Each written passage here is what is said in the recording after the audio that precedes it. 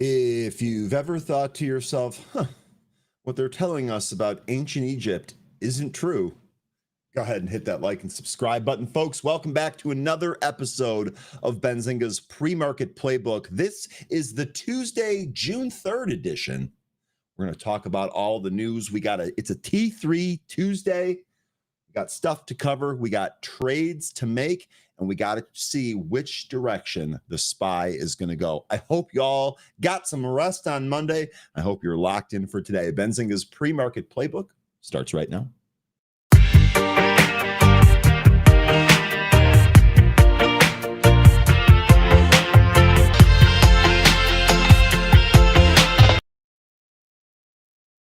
Good morning and welcome back, everybody. It's great to see a whole bunch of returning faces here today. I hope that you had a wonderful Monday evening.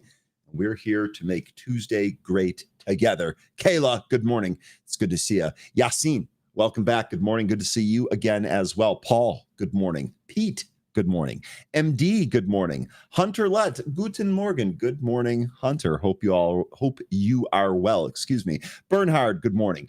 Good morning, Big Bees. Good to see you again. Sun-kissed Yogi, good morning. Bobby, good morning. Ed, good morning. It is indeed go time, and we're going to go ahead and get it done. Brett, good morning. Cold in the Rockies. The pellet stove is going. Brett, I heard the Rockies got a win yesterday, so that's cool. Cold in the Rockies. It's starting to get a little humid here. I'm ready for golf weather. Normally, I'd really like the cold in the Rockies. Hope you're doing well.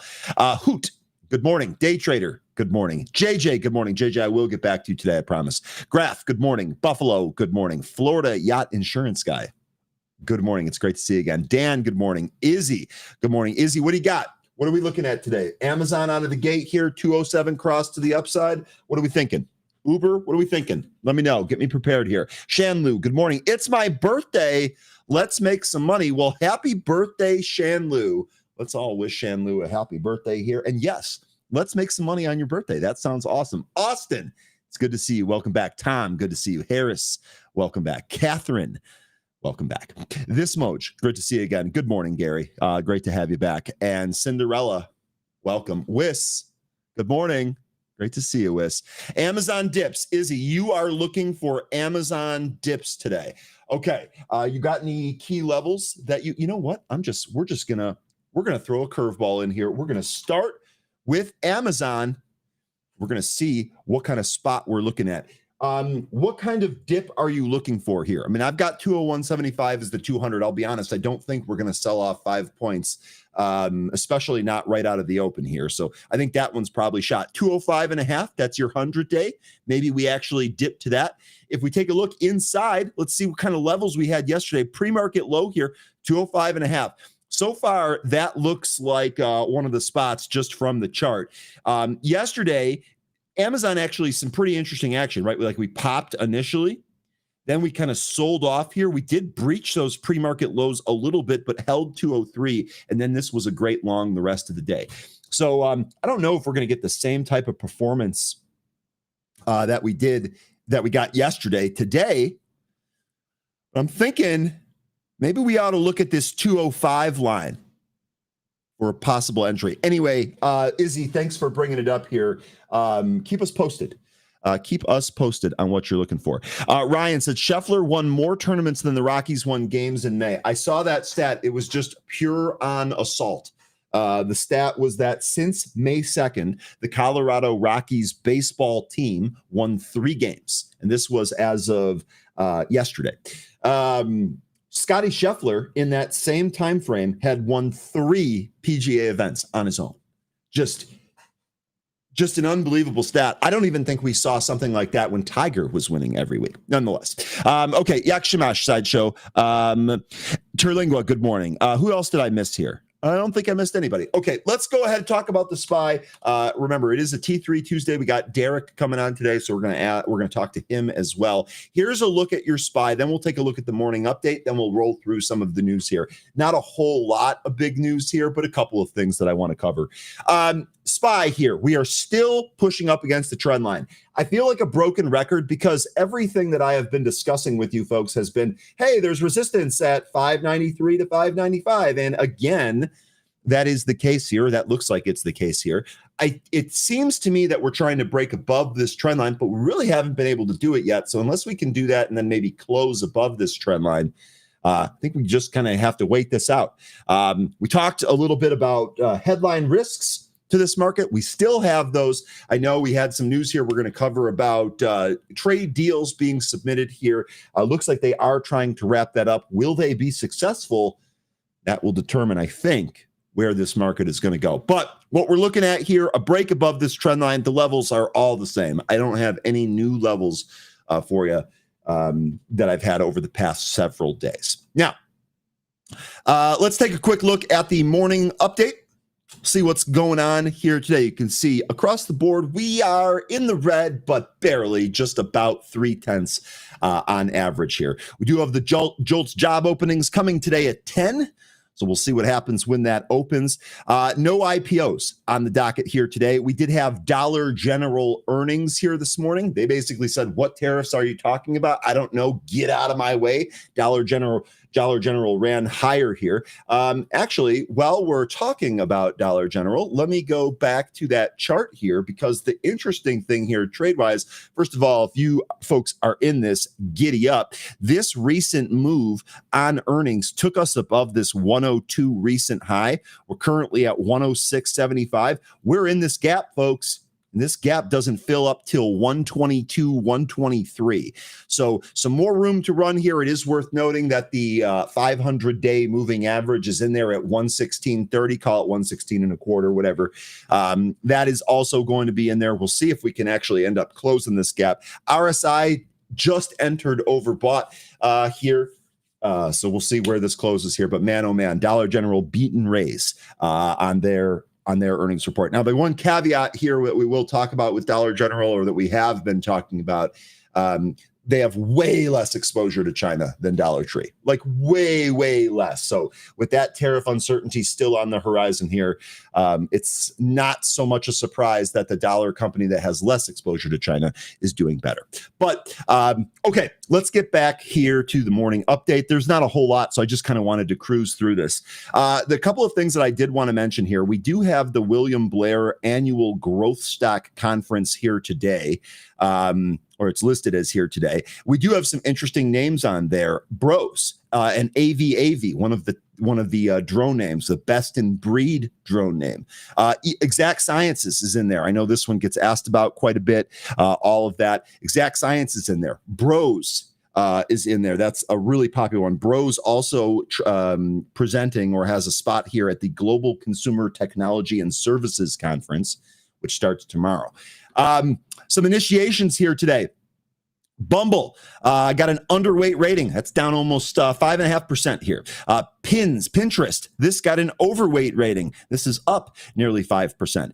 AppLovin got a neutral rating here. That's up. We talked a little bit about the AI.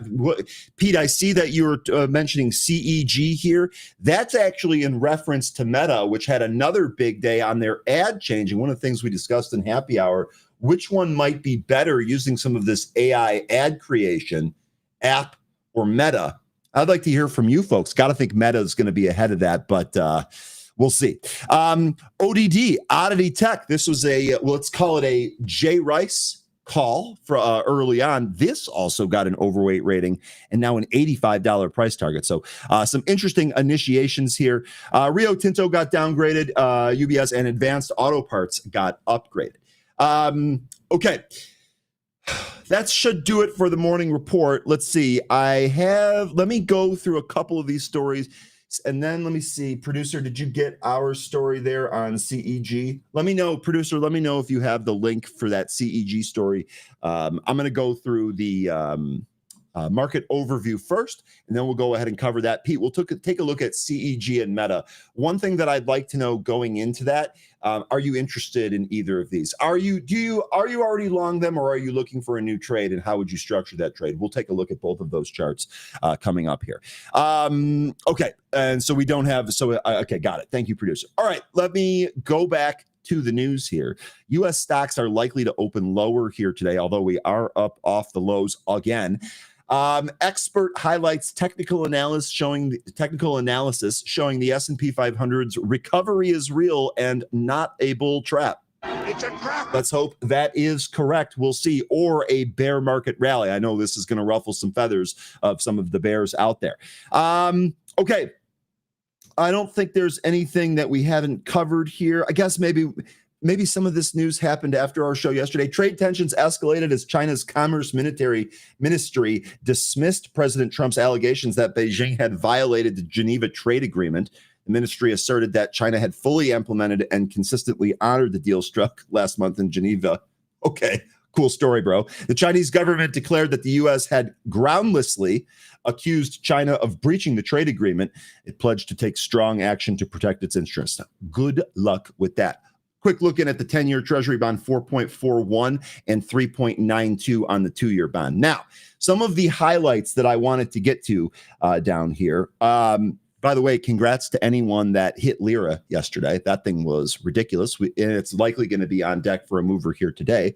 We'll get back into that when we get to the movers. Some insights that I wanted to cover here. As the S&P 500 index rebounded from its April slump, Adam Turnquist, LPL Financial's chief technical strategist, pointed to strong indicators of a genuine recovery, noting the index's reversal of its short-term downtrend and doubling of its uptrend during this period. A chart from LPL Financial illustrates this shift. On April 8th, the S&P 500's uptrend accounted for just 29.4%, with downtrends at 70.2%. By May 29th, however, the index had swiftly recovered, with uptrends doubling to 60% and downtrends decreasing to 39%. LPL Financial attributed the change to significant technical progress throughout May, something that we've looked at every morning here, by the way. He explained, quote, the index has reversed a short-term downtrend and continues to hold above its recent price gap above the 200-day moving average. Turnquist suggests that a close above the May high of 59.69 could pave the way for the index to retest its previous highs at 61.44. Interesting. He emphasized, quote, this is a growing list of technical evidence that suggests this recovery is real and not a bull trap or a bear market rally. For investors, this means dips above support should be used as buying opportunities. All right, so right there, that's going to be one of the key things that I want to take away from this. Ultimately, this is really going to come down to your perspective on the market and what you think here. But this gentleman is making a case that, hey, actually, the buy the dip that we've been trained to do is still in effect here, and you should be doing that in certain cases. I do think, or I do say there's a growing list of technical evidence. So to me, at least from talking to all of the tech guys that I know, 13 included, but others as well, they always try to keep an open mind, and they'll always look at new technical data that might say something else. And it seems like he's kind of leaving the door open for that. So far, so good, though. This positive outlook follows a strong May for the broader market, which saw a 6.2% gain, its best month since November of 2023, and its strongest May since 1990. Turnquist also noted that historically, when the index rallies 3% or more in May, a month often associated with sell in May and go away adage, year-end returns average 8.9%, with positive returns in 73% of such periods. So historical data actually on your side, or on the side of the bulls, I should say here. Meanwhile, the senior economist at Wisdom Tree and a former professor at the University of Pennsylvania, Jeremy Siegel, said, quote, I remain bullish on equities, presuming tariffs remain in the 10% for all and 30% for China range. Highlighting that Trump has doubled tariffs on steel and aluminum, Siegel added, quote, if he goes no further, the current uptrend can continue. The market's resilience, despite noise on tariffs, inflation, and politics, tells me that investors see the same economy I do. Strong productivity, solid consumer spending, and stabilizing inflation. How this is going to spin forward, or how this is going to continue to progress into the summer, will be paramount for the next direction that we go and the trades that we set up. So we will keep taking a look at all of this. Just again, a quick reminder here. Feds, this is for Tuesday. Fed's President Austin Goolsbee speaks at 12:45. Federal Reserve Governor Lisa Cook at 1, and Dallas Fed President Lori Logan at 3:30. So you do have a couple of Fed heads if you will, talking today. Okay, now the other piece of news tied to the tariffs and deals and all of that is the new deadline. Trump sets a July 8 deadline for trade deals, demands best offers from global partners by Wednesday. So there were actually two comments in here that were playing around. We talked about this yesterday in the happy hour. The draft letter reveals urgency within the administration to complete deals against its tight deadline, Reuters reported. Trump paused his Liberation Day tariffs for 90 days until July 8th after stock, bond, and currency markets revolted over the sweeping nature of the levies in early April. The U.S. is asking countries to list their best proposals, including tariff and quota offers for U.S. industrial and agricultural products, plans to remedy non-tariff barriers, commitments on digital trade and economic security, and country-specific commitments, according to a draft letter from the United States Trade Representative seen by Reuters. The U.S. will evaluate responses within days and offer a possible landing zone that could include reciprocal tariffs. Washington has been engaged in active negotiations with the European Union, Japan, Vietnam, and India, among others. So far, only one agreement has been reached with a major trading partner. Britain, through that limited pact, was more akin to a framework than a final deal, which is something that we covered here. If you recall, I had said it's time to start seeing some of these. It looks like the administration is at least doing what they can to try and drum that up. We'll see what ends up coming from this. This will obviously impact the market here. A U.S. Trade Representative official confirmed, according to the report, that, quote, productive negotiations with many key trading partners continue at a rapid pace, end quote. The U.S. Trade Representative did not immediately respond to our comments, but I'll bring those to you if we end up getting them. The Court of International Trade ruled last Wednesday that Trump overstepped his authorities with tariffs under the International Emergency Economic Powers Act, though an appeals court temporarily paused that decision. There was also an article in the Wall Street Journal on Friday, I believe, last week, saying that this was totally fine. The draft letter warns partners not to expect tariffs will be sidelined, stating Trump, quote, intends to continue the tariff program pursuant to other robust legal authorities if necessary, end quote. So don't get your hopes up. We're still going to go this way. We had said when that happened that there were other means that he could go. My thought was that it was just going to get tossed out anyway, and here we are. Experts forecast elevated market turbulence until trade clarity emerges, with LPL Financial's chief technical strategist noting that the market hates uncertainty and that high levels of trade policy uncertainty tend to correlate with high implied volatility.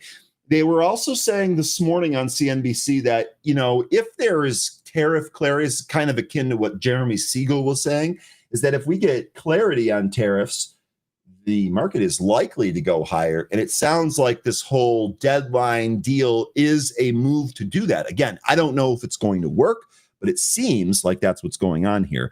The administration is considering alternative approaches, including using the Trade Act of 1974 to impose broad tariffs of up to 15% for 150 days while developing its tailored tariffs for individual partners. So, okay, that does it for the tariff news. We'll see where we end up falling right now, or how this ends up shaking out. Now, let's go back to Benzinga Pro.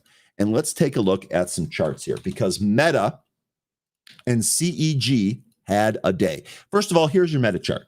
Now, it certainly looks to me, or at least to my eye here, Meta is trying to break out here. And we did take out this recent high that we set. What day was this? May 14th?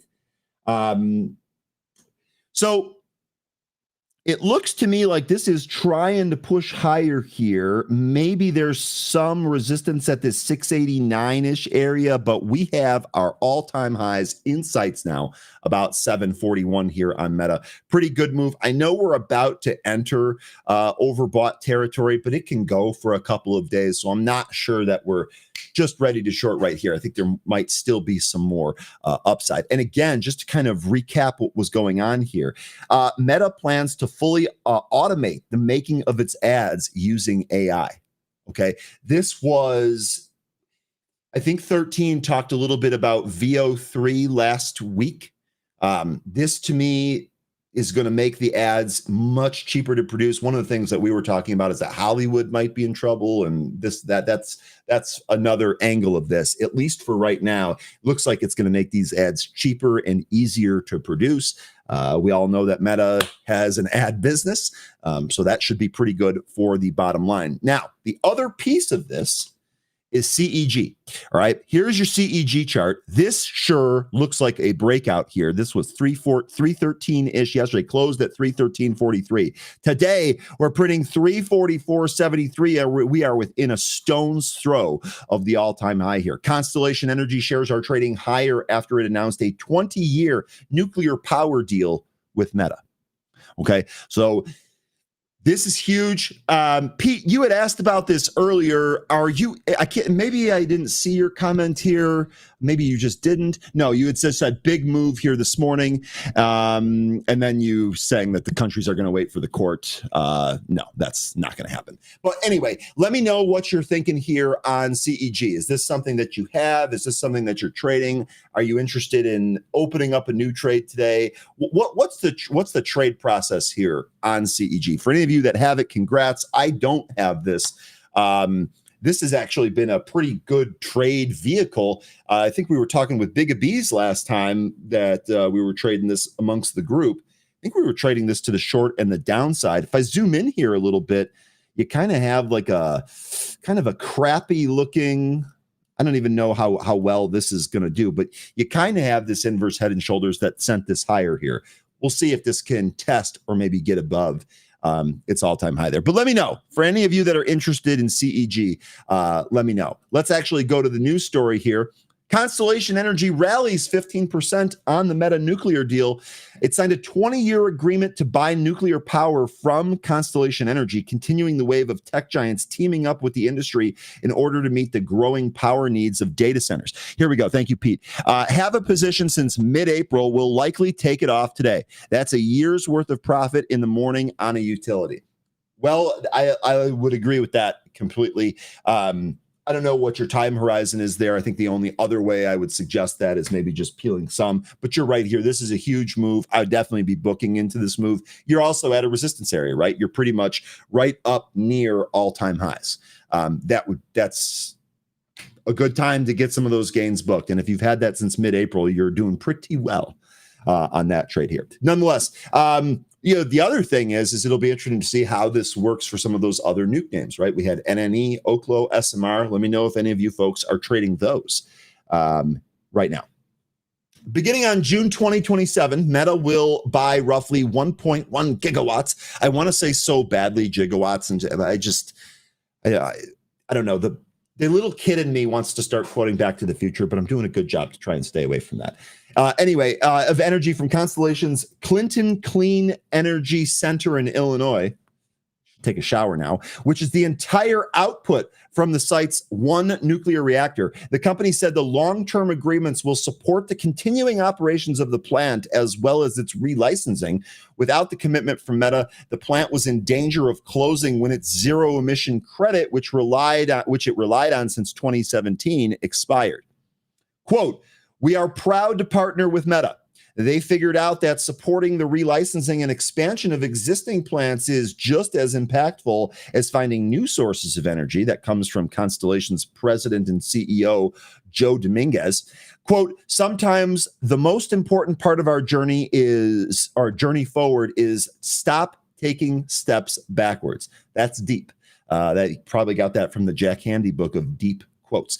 Terms of the deal, which will also expand Clinton's output by 30 megawatts, were not disclosed. The plant will not power Meta's data centers directly. Instead, it will continue to provide power for the regional grid while contributing to the tech giant's goal of 100% clean electricity. So there you go. CEG. What does this mean for some others? Lion here giving us a bunch of other names here. Let me actually go back to Pro real quick. What time do I have? Oh, we're good on time. Lion giving us some other names here, some of which we've talked about quite a bit. I'm going to start with CCJ. This is Also, by the way, near all-time highs. This has been pretty good. LEU, I don't think we even need to cover that anymore. This has been a J. Rice special for a long time. Lion, you hit this last move here too. LEU, more new highs. Let me ask you, you think we pull back towards 100, or do we actually set some new all-time highs from here? Let me know what you think on that. All right. And then let me know if any of you are also looking for some of these other names. Here's NXE. This is Next Gen Energy. Excuse me. I still have my drawing tool on. One of the things that I really like about this is kind of a low price stock. Maybe this can actually move on a huge run. Love to see this expanding volume here on the daily. Love that we just recaptured the 200-day. Let me give you a closer look at that. Just recaptured the 200-day, lost it. We're going to see if we can recapture this again. One of the things that I've noticed about when we start to trade around that 200-day, if you get it, lose it, and then recapture it again, a lot of the times that can be really bullish. NXE, I don't have a position in this, but this one is interesting without a doubt. So we'll see. Good stuff here on the CEG meta stuff. We'll see if there's a trade there. You know, the other thing is I have not really been paying attention to a lot of the unusual option flow for tickers like CEG or some of those energy names. Clearly, I need to be doing that a little bit more. I've really kind of been focused on tech more than anything else. Okay, let's see. We've got a couple of minutes before we have our guest here, so I do want to get to one more story. I think one more, maybe two more. We'll see. We're going to start with Hood, ticker HOOD. I know Robinhood has really kind of been a monster for us recently. We get asked about this all of the time. You guys set up a lot of trades on this.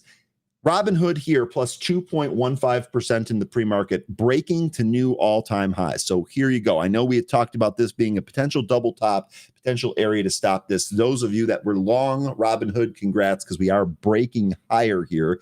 Question is going to be, can we hold higher here? Market, by the way, continues to move towards red to green here in the pre-market. When we first got on, we were down 0.3. Now we're down less than 1/10 here on the SPY. That continues to push higher. So it should be setting up pretty well for Robinhood. As far as spots go, I mean, I still am in the same camp here where I really would love for some of these moving averages to catch up. I don't know if we're going to get that. We are overcooked here on the RSI, so it is overbought. But now that we just broke this and broke to new highs, I actually think you might be able to get a run here. Lion, let me know. I know that you are trading this one. Are you taking gains on this? What are you looking to do with this one? Let me know.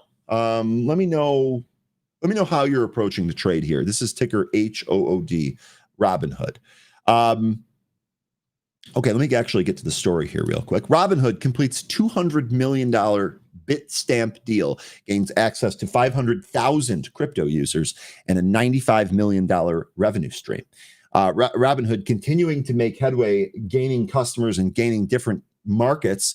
It really does seem like they are the premier Bitcoin stock broker blend.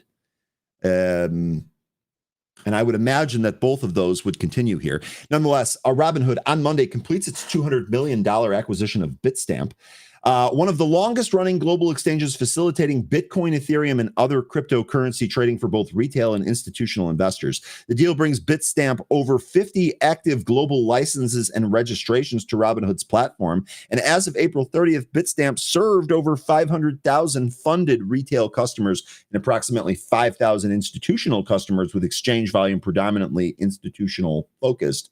Bitstamp generated total revenue of approximately $95 million over the last 12 months, ending on April 30th.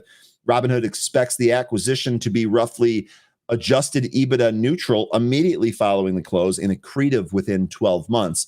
The remaining 7 months of 2025, Robinhood anticipates recording approximately $65 million in Bitstamp related costs, primarily driven by business operation, integration expenses, and purchase price amortization. CEO Vlad Tenev announced that the completion via social media, while Robinhood crypto general manager Johan Kurbat called it a, quote, major milestone in growing Robinhood crypto, end quote, noting that the partnership brings customers across the EU, UK, US, and Asia. Bitstamp is already connected to Robinhood legend and the company's smart exchange routing offering. Anyone have any experience with this? The smart exchange routing offering? Is that just words or hype, or is that anything actually decent? The exchange serves institutional customers with exchange volume mostly institutional focused. The deal follows Robinhood's recent expansion strategy, including its $178 million acquisition agreement for Canadian crypto platform WonderFi Technologies. And then here, I know I've talked a little bit about some of the new Benzinga Edge rankings that we worked with Tim Melvin on creating. Robinhood just absolutely popping off here in momentum and growth. Not so great on quality and value, although I do expect that to change here. Okay, let's see. Hood has cheap option fees at 3 cents compared to 51 cents for E-Trade and 4% for cash. So this, Brandy, this is good. So if you just open and I don't have a Robinhood account, so please forgive my ignorance. And for any of you that do have Robinhood, let me know. So basically, Robinhood pays 4% for any idle cash just sitting in a brokerage. Am I correct on that? So that it almost seems that having Robinhood is actually better, if you will, than like a high yield savings account. Like you get more, or you get paid interest on your cash, but then you also have the ability to deploy that cash into crypto assets as well as stock assets. Okay. I'll be honest with you. That sounds awesome, right? That sounds awesome. Much better than my bank, says Brandy. Okay. That's really good to know. That is really good to know. All right. Let's go back to Pro here. And it's a T3 Tuesday. So let's go ahead and bring our guest on. We're going to welcome Derrick.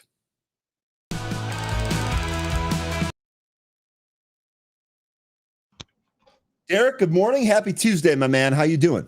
Good morning. I'm doing well. Happy Tuesday. This is a really strong market we've been in almost every day. It's unstoppable. It is unstoppable, and I'm so glad that that's where you started, because as soon as I learned that you were coming on here today, I was like, I cannot wait to ask him. The last time that we had you on, I think we were around like 583 on the SPY. Let me pull the SPY chart up here. I think we're around like 583 on the SPY, and one of the things that we talked about was that we felt like there was a near-term top here. I actually had that drawn. I didn't have the trend lines fully formed like I do now, but we were basically right at this 582.30 area, and we had popped above it and kind of traded sideways. One of the things that you had said is that you had felt like there are some near-term headwinds, and it might be tough to get over this area.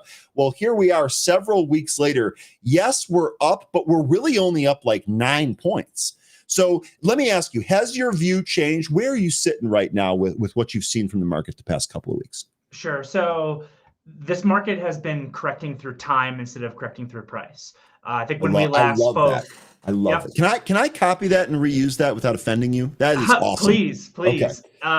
So, markets work in periods of expansion and consolidation over time. They work in periods of larger movements and then periods of correction. So it tends to be that when you get a really large movement like we got in the second half of April and the first half of May, that you're then going to need to get some sort of a correction. And I think when you and I last spoke, it was like, all right, this market looks like it might be topping out here a little bit, might run into some resistance. What is that correction going to look like? What is that tightening period going to look like after we've just had this huge expansionary period? And I thought that we could get a little bit more of a price correction than we got, to be honest. Mm-hmm. It's turned into a really strong time correction, and that time corrections are dramatically bullish. You can't look at these technicals right now, especially after yesterday's close, and say that we don't look extremely bullish right now.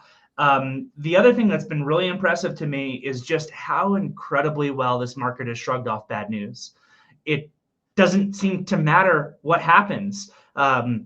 Friday, we had a deterioration in the United States and China with our trade conversation. It looks like things with the U.S. and Europe keep getting a little bit, on edge. And then we had a not so great ISM manufacturing number yesterday. The interesting thing about this is for example, that China-US headline that came out on Friday. I think if that came out a month ago, it would have led to like a big 3-day pullback in this market. We would have dropped really hard, and then maybe you would have had a buying opportunity. Now those pullbacks are 20 minutes, and we're V-bottoming and we're coming right back up. And it's interesting because on the one hand, one of my favorite signs in the market is when the market goes up on bad news. Bad news hits, we should go down, but we don't go down. A lot of times that can be a real major signal for the other side. And that's been what we've seen in this time correction. You can't look at these technicals for the S&P or NASDAQ and say they're not bullish. At the same time as all that, I wonder who's left to really buy at this point. Because we know that a lot of the initial positioning squeeze in April and May was coming from systematic funds. It was CTAs, it was vol control, it was risk parity. That then led to a stop in from under-positioned hedge funds. We saw a lot of that last week. Last week was like one of the biggest buy weeks for long-only funds and hedge funds that we've seen for a long time because they were dramatically under-positioned. And that's how markets work. They work in feedback cycles. Buyers lead to more buying. But now I'm like, all right, the funds got stopped in. The CTAs aren't buying anymore. We still have a little bit of a bid from vol control. We have a bid from corporate buybacks. The technicals look beautiful. I don't want to fight beautiful technicals, but I'm also like, who is really going to be out there now to push this market to the next level? And that's to be determined. Yeah, and I'm with you there too. Like I look at the chart here, my eye looks like we want to go higher here, and then I start to maybe back into it. Like, well, what is it that's going to take us higher? Is it going to be any of the? I thought maybe last week we get some blowout number from Nvidia and everything looks great, and we keep. Well, that didn't happen. So what's it this week? Is it going to be Lululemon or CrowdStrike tonight? Probably not. So I'm with you on that. What is the next catalyst that's really going to help us pop higher? It's yet to be seen. I don't know what that is, but it certainly does look. It certainly does look pretty good from where we're sitting right now. This week is really important. If I can just add on to what you're saying, what could bring us higher? So it looks to me like now, again, when you look at how we're not pulling back on a deterioration of any trade headlines, I think that the market's like, we've had enough. I've had enough of talk on EU and China and trade and all this stuff. If it's so bad, let me see it in the numbers. And this week is a hugely important week from an economic data perspective. We had that ISM manufacturing number, not a dramatically important to markets that happened yesterday. We got jolts. We got the big payroll numbers on Friday. So when you look at this range in the market, which again looks tremendously bullish, do we break up or do we break down out of that? I think a lot of that might be dependent on how these economic numbers look this week. Okay. And just to be clear, those economic numbers. So we had the ISM yesterday. We've got the jolts here today. Tomorrow, we've got a bunch of Fed speakers and the global composite S&P data. Thursday, the jobless claims. Friday, the non-farm payrolls. I think those are going to be the big ones. Yep, for sure. Yeah. Okay. Also, last time we had talked, you had mentioned the whole top-down approach, and you were talked about a positioning squeeze, upside headline risk. Where are you at now with your top-down approach? Sure. So I like to combine technical analysis with what I call market dynamics when I'm studying the market. The technicals to me look tremendously bullish. They really do. The question is, do we break out of this SPY like 593 to 595 resistance zone that we're basically knocking on again this morning? And if we do, I mean, there's no resistance after that. It's basically all-time highs, and then we're at all-time highs. And when you're at all-time highs, there is no resistance, right?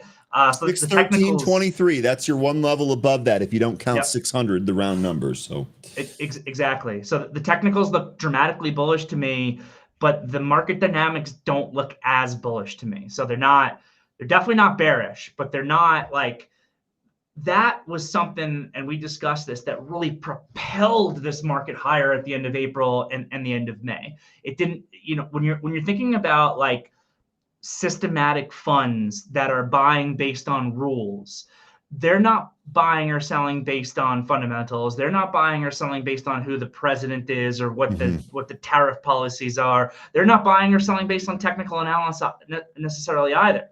They're buying because the VIX went down, so they're forced to releverage. They're buying because they're just trend following algorithms, and the trend has been higher, so it's feeding on itself into that uptrend. But they only have a limited amount of capital, and they're less supportive. So what needs to propel us higher is real buying, I think, from retail and hedge funds in order to get us to break out and continue. Yeah. Okay. Really quick question here. Nasir is asking us, sorry, I was trying to line this up here. Nasir is asking, what about the tariff deals? So we got news here that the U.S. wants its proposal, the best proposals by Wednesday, really want to have some deals done by July 8th. Do you think that if we start getting some of these completed deals that are more than just, yeah, we're working on them at a rapid pace, if we get some actual completed deals here, do you think that's going to be enough to send us through those all-time highs?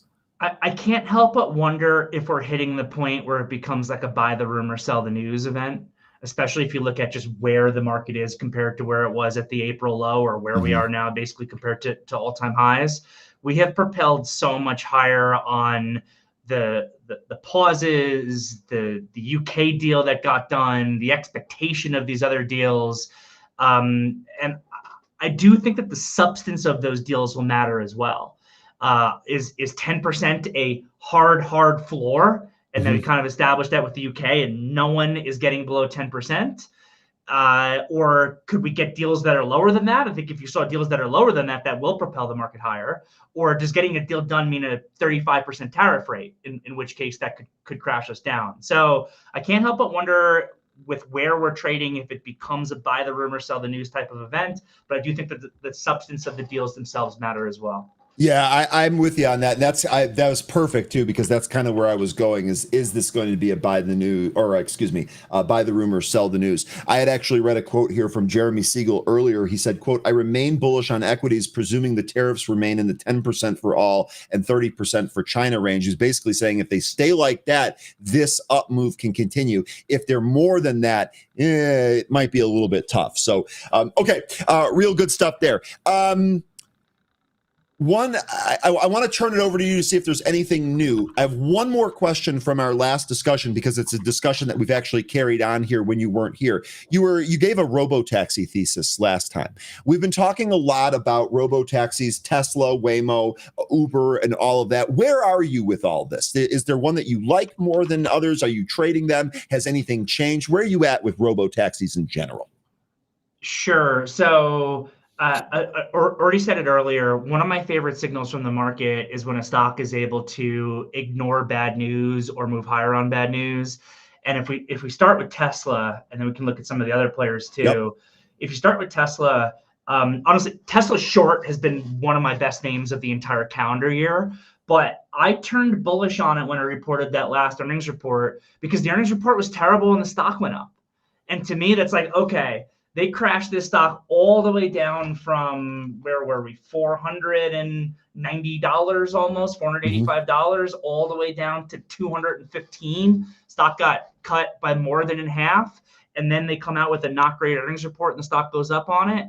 Then we saw terrible car numbers come out of Portugal, stock went up. We saw terrible car numbers come out of the UK, stock went up. We saw terrible car numbers come out of China, stock went up. And that had just been the theme there that really propelled this thing from like 250 up to these recent highs at 365. Then all of a sudden, at the end of last week, it seems like it changed a little bit. That same thought process. Well, everyone was waiting for Elon to quit Doge so that he could focus on Tesla and focus on his companies again. That had been viewed as a negative, that he was a little bit spread too thin. And then he announces that he's, more or less taking a big step back from Doge, and Tesla didn't propel higher on that.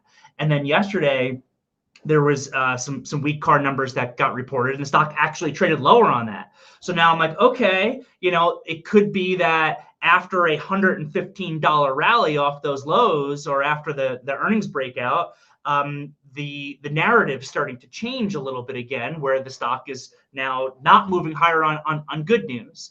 And then, what about this morning, though? Let me jump in there. What about this morning? We actually got some news here that Tesla sales surged 213% in Norway during May. Stock's up only $1 here today, so right. So really Tesla's up 0.25% this morning, with the Qs down 0.1. That's a little bit of relative strength, but this is a high beta stock. This is a stock that on positive news catalyst, if the market is flat, this thing should be up 1.5%. Which, maybe they rally it after we open, maybe some buyers step in. That's to be to be seen. But I'm not compelled by this thing being up a 0.25% when it finally actually gets some good news that maybe somebody in Europe is buying the vehicles.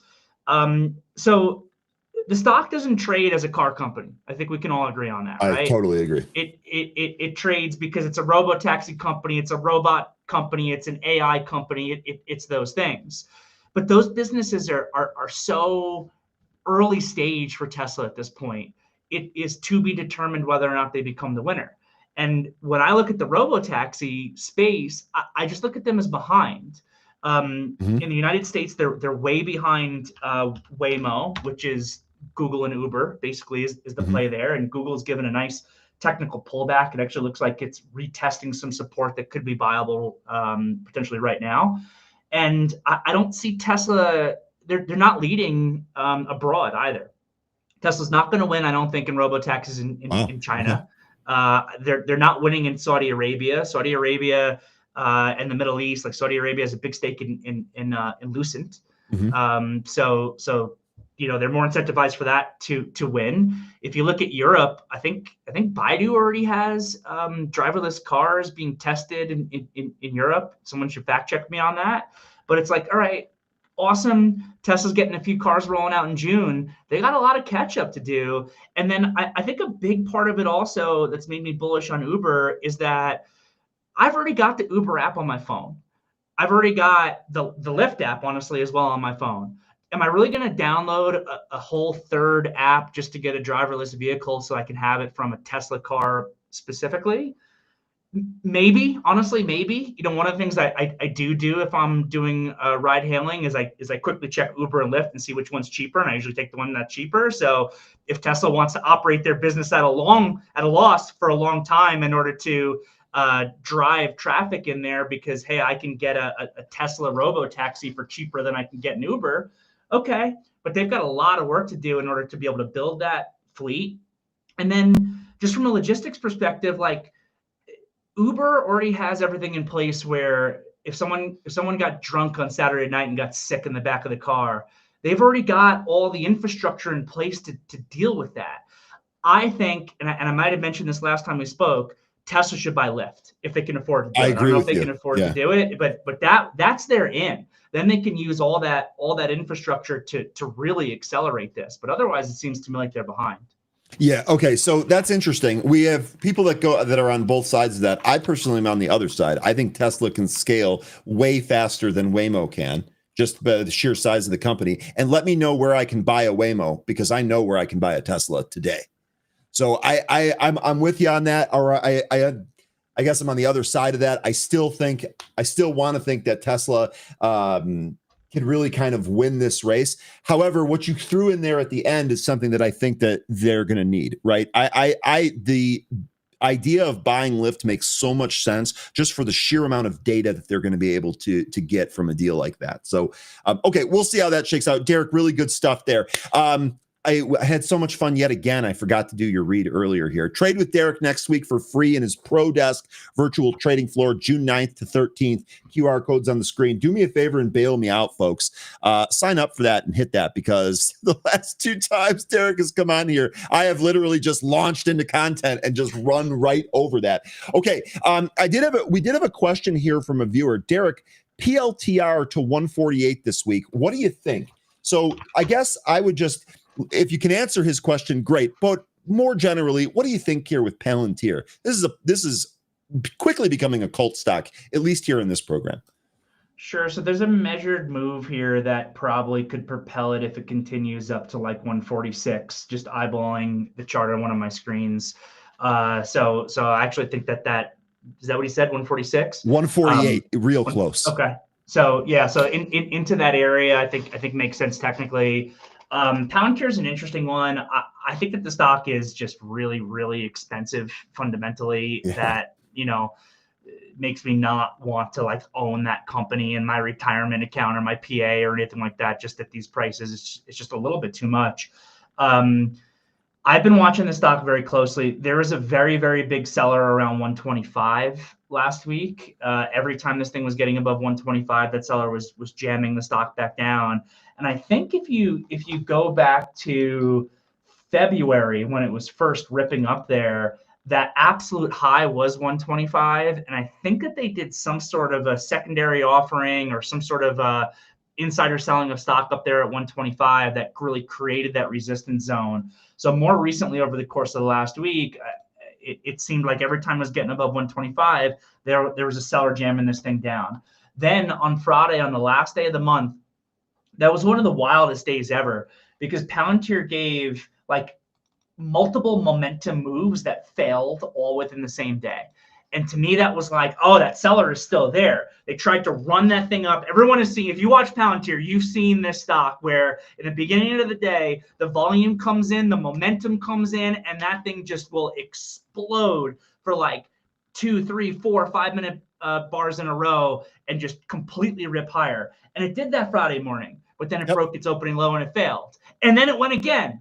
And then it rolled all the way down and failed. And I was like, wow, we got 2 really big failures in a row on Palantir. That seller is still present. And then into the close, the buy imbalance on that thing, which was probably related to end of week, end of month, stuff like that. The buy imbalance on that was I don't remember what the number was, but it was like an MOC that was millions of shares to buy. And you can look last Friday and you can just see how they ripped that thing from $128 to $132 in 10 minutes on the MOC buy. And I was like, wow. And in my head, the question I've been asking myself is that buying real? Like, was this just an end of month thing that propelled that stock higher? Because I see that there's a seller there. I can see it in the tape. I saw him above 125. We saw 2 failures in a row of these momentum moves on Friday. That's not typically how the stock trades, but then it closed so well on that MOC buy. So then yesterday I was watching it really closely. Once again, off the open, tried to explode on that Palantir momentum that we've all seen happen, just to totally fade and then kind of die out throughout the rest of the day. So this is a really, really interesting one to me.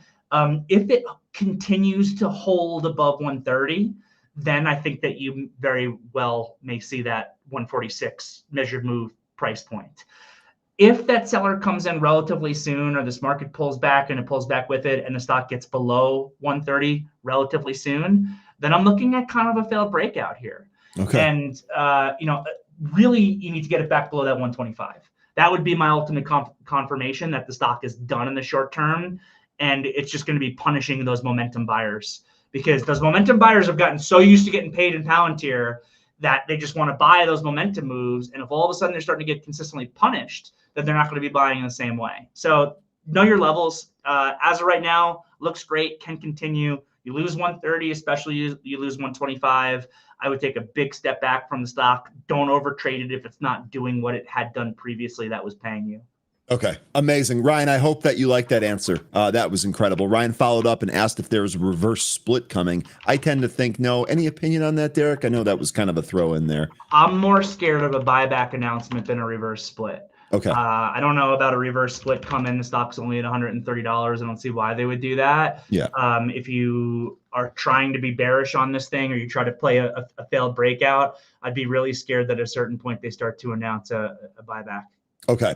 Real good stuff there. A couple of things here, and we'll get you out of here. I appreciate all of the time here. Pete, this is a pretty good comment. We had just talked about Tesla buying Lyft. This is on the other side of that. I agreed with you, but this is on the other side of that. Elon isn't big on acquiring anything when it comes to Tesla. Has a thing about in-house and beating everyone at their own game. I doubt they look to acquire Lyft. This is a personal opinion.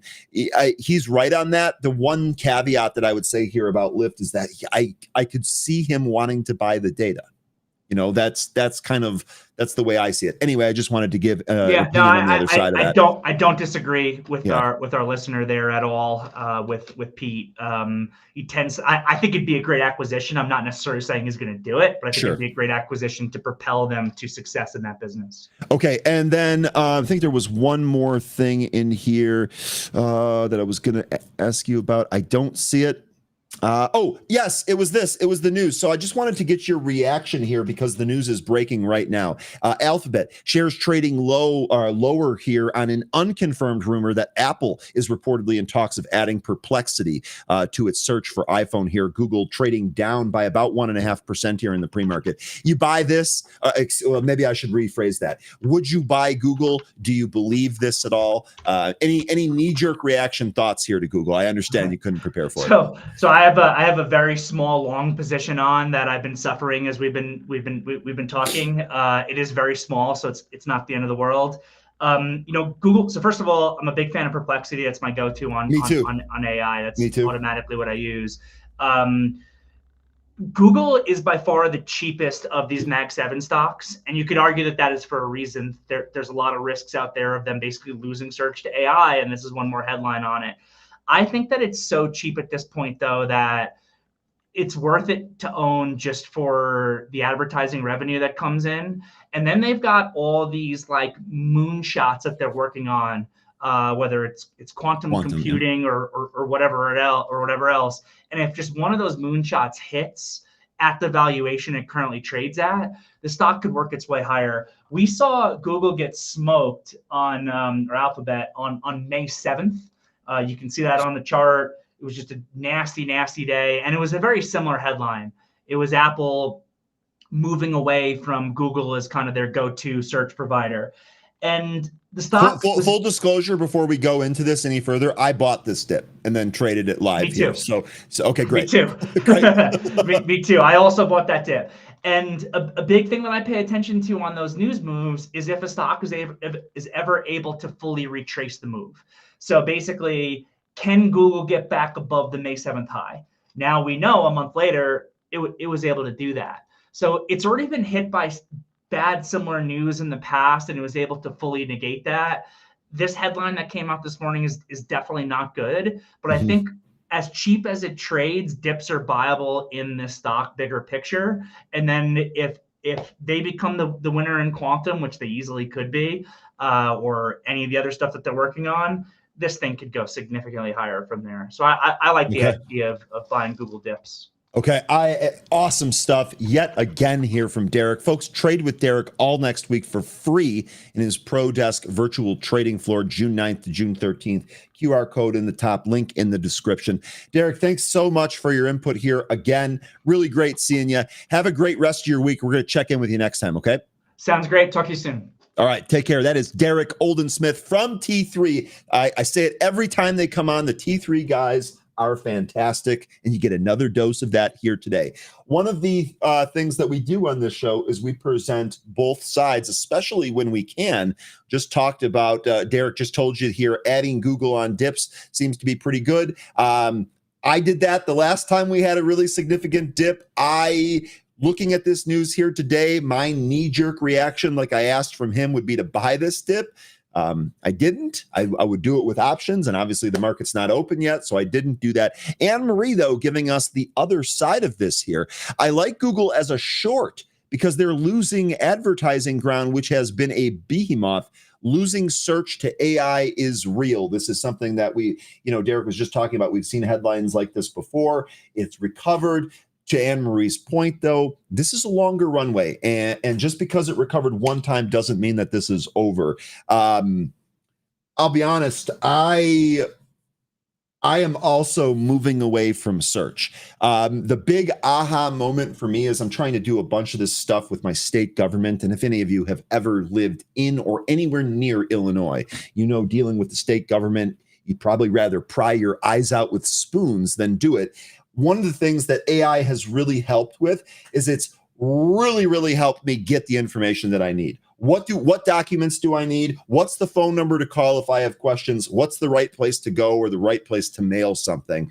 If you go on the state website, a lot of that crap is buried. AI just pulls it out for you. There. So very, very simple questions that I would not think Perplexity can do, just completely outshines traditional search or even going to the website itself. That's just as an aside. Now, okay, really, really good stuff there on the breakdown. Awesome interaction here, folks. If you guys have questions for any of the guests that I bring on, please ask them. Ryan, thank you very much. Pete, great input here with our guest. Anyone else? Lion, you do it all the time. Anytime that you folks want me to ask him something, or him or her, any of the guests that we have, please let me know. I'm happy to do that. This is all part of raising the tide for everybody around us. Okay, Derrick's departure leaves room for 13. Let's see how he's doing here. 13, good morning. Happy Tuesday. How are you? Realized I had my mic off. Sorry, I'm good. How are you? I'm really good, man. Really, really good.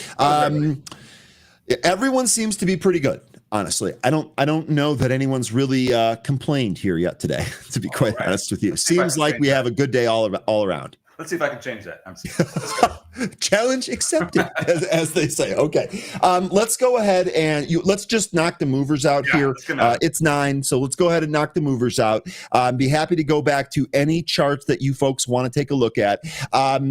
I don't think I got any today that were outside of the movers list. I know you guys were talking about Pony and RSLS. Those are some of the smaller movers. So, okay, let's see what we can do. Let me know if there are any stocks that you do want to take us, or if you do want us to take a look at. Easy for me to say. Let me go over to the movers list here. We're going to start with NIVF.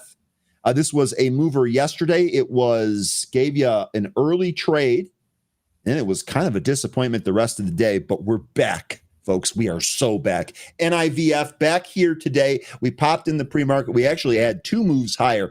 We're pretty much right around the VWAP, and I don't think this was on anything new. No new news here. It was just kind of running off the Solana digital asset treasury news that we gave you yesterday. Higher here, $4.60, 10 cents below the VWAP. Float is unchanged from yesterday. But that's 17.6% of the float shorted with 1 day to cover. Average volume on this 1.17 million. Today we've traded almost 42 million. Massive. Floats small here, though. Got one of those micro floats of under 1 million shares at 730,000. So what do you think? We get a better trade setup here today on NIVF? Oh, it doesn't look that way to me. Yeah, but this is moving off of the relative volume from that news on the 30 million investment in Solana. Don't really have a good cash read on the company. Didn't decide to dig much further than what I was provided here, so that's fine. 17.6% of the float is shorted. I'm looking at the 5-minute chart, and I'm thinking, wow, this thing looks like it's going to try to go lower here. So the level I'm watching for looks to be about 430. I like the 65 EMA on the 5-minute. As the next area of support. That also seems to coincide with the 430 level as well. After the impulse move this morning, when we came back down and found support, it was right about there at 430, maybe slightly less. And then we rallied up to 637. So once we get back above VWAP, I don't think this is going to trade too well. A lot of the good news has already been played around with. We already had a big move in the pre-market this morning. So I would think that this comes in and, it could still provide a good trade later on. But my first initial thought here is this comes in, likely it's going to lose the 65 EMA, probably somewhere in the 3 handle. We're going to find better support. But I don't like this formation that we're getting here in the pre-market. This looks like it's going to fall. Okay, and you're not alone. Ray here, NIVF looks like a head and shoulders on the 5-minute. I went ahead and eyeballed that here, Ray. Yeah. So it looks like you guys are in agreement there. Good morning, Jay Rice. Did you talk Nuke already? Yeah, we did a little bit, but if there's another name that you want to take a look at, we started with CEG and Meta and that combination there. We also mentioned NNE, SMR, Oklo, which are all trading higher. Let me know if there's anything specific that you want to go into. Okay. NIVF, that's it. Okay, next one here is going to be TRA. I feel like we've traded this one before. I can't place it, but we've traded all these. We've traded all these before. Okay, I'll go with that. That makes sense. This is TRA's Pharma here. TRA's Pharma shares are trading higher after the company published key clinical efficacy data regarding its rigosertib oncology asset. Regarding one of its oncology assets, God bless it. Okay, anyway, this thing popped as high as 450, came all the way back in, lost the VWAP, doing its best to hold around $3 here. Let me see if there was anything else added to this. Nope. Okay, so I'll let you break. I'm assuming that you covered this one. 2% of the float shorted here on this stock with 1 day to cover. That comes on an average volume of 120,000. Again, we've traded 41.5 million here, so I think that's insignificant. Float a little bit higher here at 3.73 million. What do you got, 13? Yeah, so that key efficacy data, I believe this comes out of a phase 2 clinical trial result. I remember this one because when I was looking on their website for some clear, what they have in their pipeline, Couldn't really find that. So maybe I wasn't just looking in the right spot, or I just didn't spend enough time looking on their website. But usually it's pretty easy to find these things. So I think there's a lot of things that are confusing when it comes to looking under the hood with this. That was one of them. The other was that they had cash, but I'm not sure if their burn rate, because you have one quarter where they have 80 million in profit, and the next quarter they have a negative number, or it's something weird like that. They're in and out of profitability and over large amounts. I think that might have to do with some of their partnerships. But this one, that was the most confusing thing to me, and I didn't have time to look into it. But 3.7 million shares in the float. This popped up to 459 the pre-market, and I'm sorry, yeah, no, is this the pre-market? 450, yeah, it is a pre-market, yeah. And then it came right back in underneath the VWAP. Not having the greatest time trying to hold above that. It looks like we are going to continue to go lower. It looks like we could fall further into the 2 handle, maybe beneath 250. I think that around 235, 240, you might get better support. I wouldn't say that this thing is not going to trade well today. It just out of the gate, it might just go lower before we start going higher. And we are beneath VWAP, so I would think that this does have more downside before we start seeing it turn around. One level to keep in mind, though, if we do go back up and recapture VWAP, we were looking at 390 as a particular point of rejection that could have some breakout potential if we do end up getting up there. So Sure. This is levels to watch for. Sure. Okay.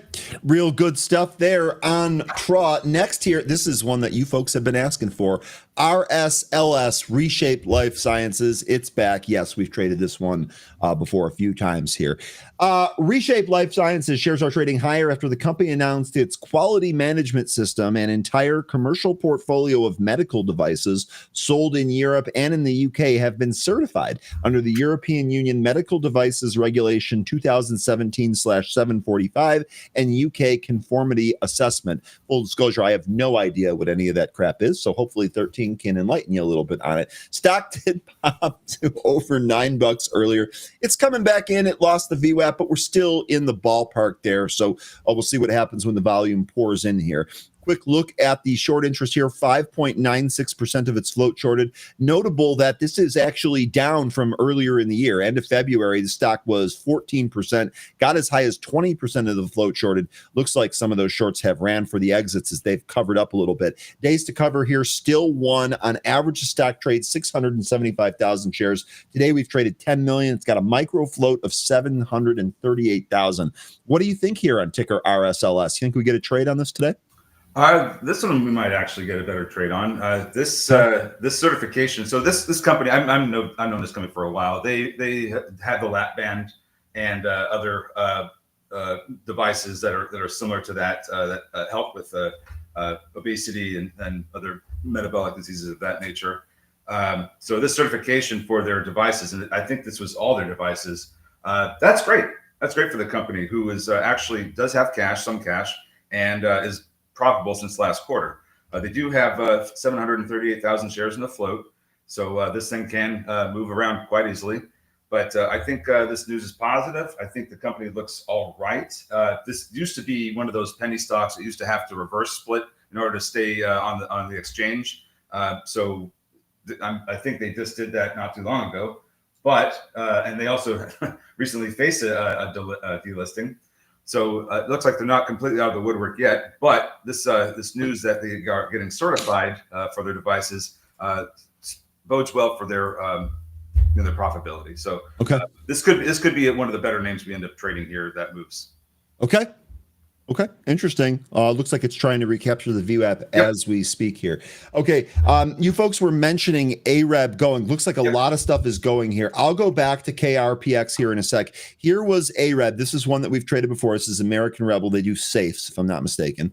Probably other security stuff there too. Looks like we spiked above 240 to about 250. We've pulled back quite a bit here, though, losing the VWAP in the process. American Rebel. Looks like we've got a PR here. You're laughing, so that doesn't bode well. American Rebel announces American Rebel Light Beer's initial expansion into 62 total wine and more locations. America's largest independent alcohol retailer. Yeah. Okay, not what I expected. That's why I was laughing. That's why I was got laughing. you. Okay, that makes a lot of sense why you were laughing now. Quick look around the horn before you make some more sense of this one. What the F? Anyway, 9.47% of its float shorted. Again, same deal as the last ticker here. This is actually down substantially from the prior read of 31.38. 1 day to cover on this with an average volume of 8 million. We've traded 5 million here today. Is that 8 or 3? That's 8. Float here a much more manageable 6.5 million. So what do you think here on American Rebel AREB?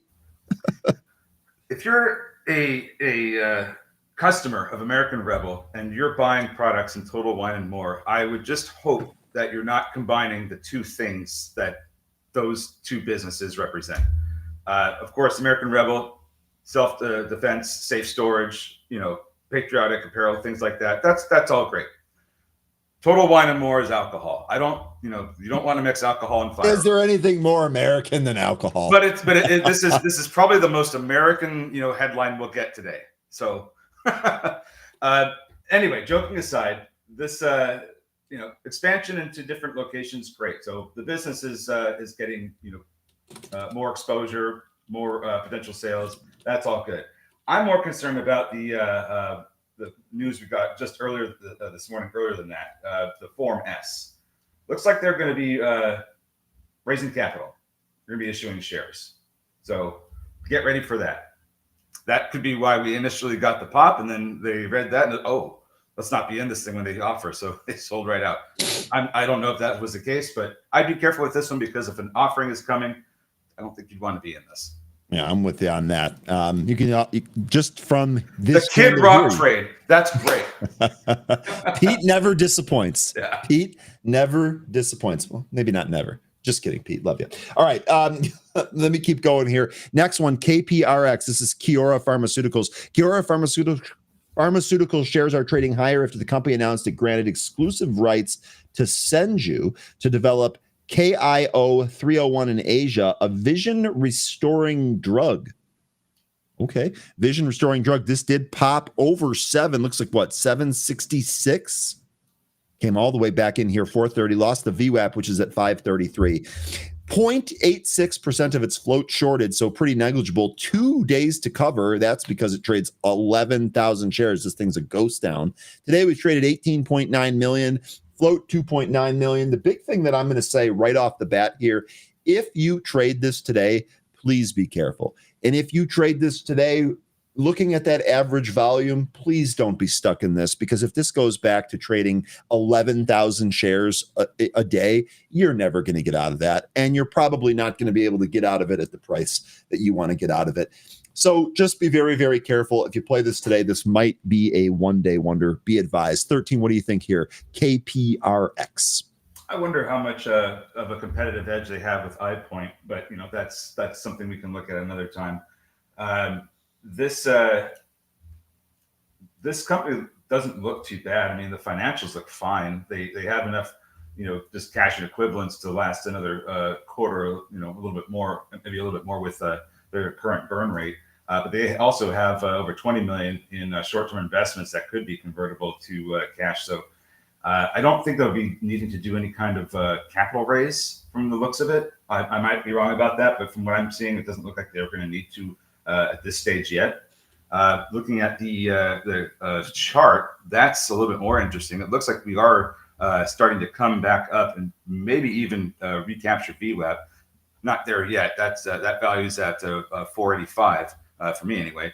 But it does look like it's starting to turn around as we approach the open here and getting ready to curl up. So this might be one that could provide a good trade out of the open here, but I don't know how long it's going to last. So the float I don't think is that big. Yeah, less than 3 million shares. So this might get going. This might provide a good trade, but I think what I'm going to want to see out of the open is if it doesn't happen in the pre-market, is a recapture of that VWAP, and we are starting to curl up right now. So this is something that I think we should be watching to see if that ends up happening.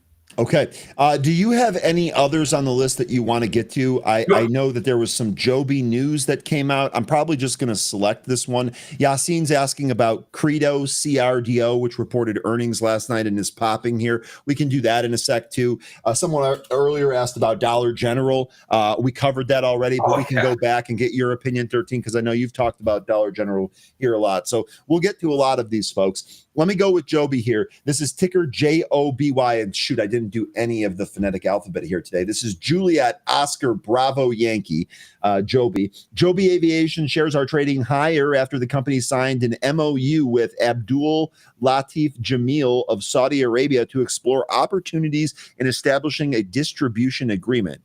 So getting a Saudi Arabia PR there about possible distribution here for Joby's eVTOL aircraft. This is actually moving from 7.5 to about 8.5. So full dollar move here on volume. Quick look around the horn on this one. 10.67% of the float shorted with 5 days to cover.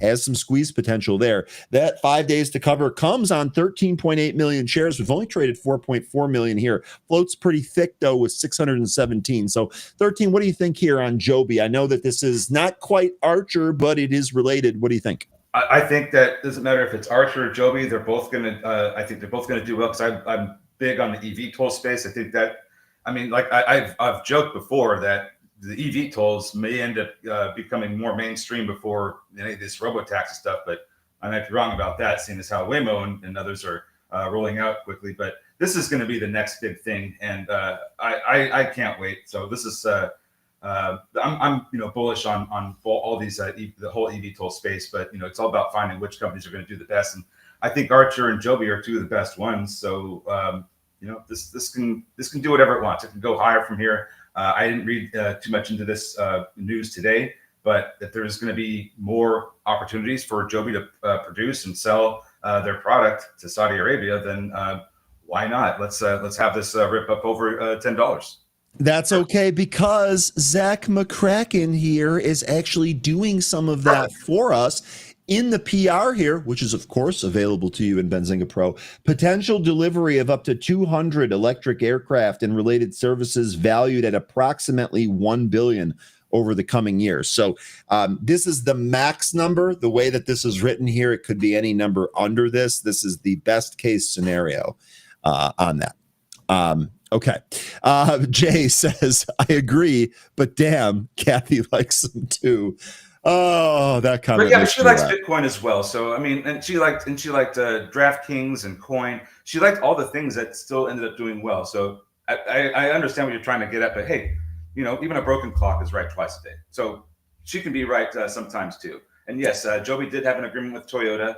And if you're referring to, there's something about being big of these. If you're referring about, there's something about being said about being number one in the sector. I think the fight for number one is what's going to make Archer and Joby both great, because I think they're both going to try to fight for number one. Now, it could be argued that Joby's ahead, and I can see that point. It could be argued that Archer has a lead in some aspects. That's fine.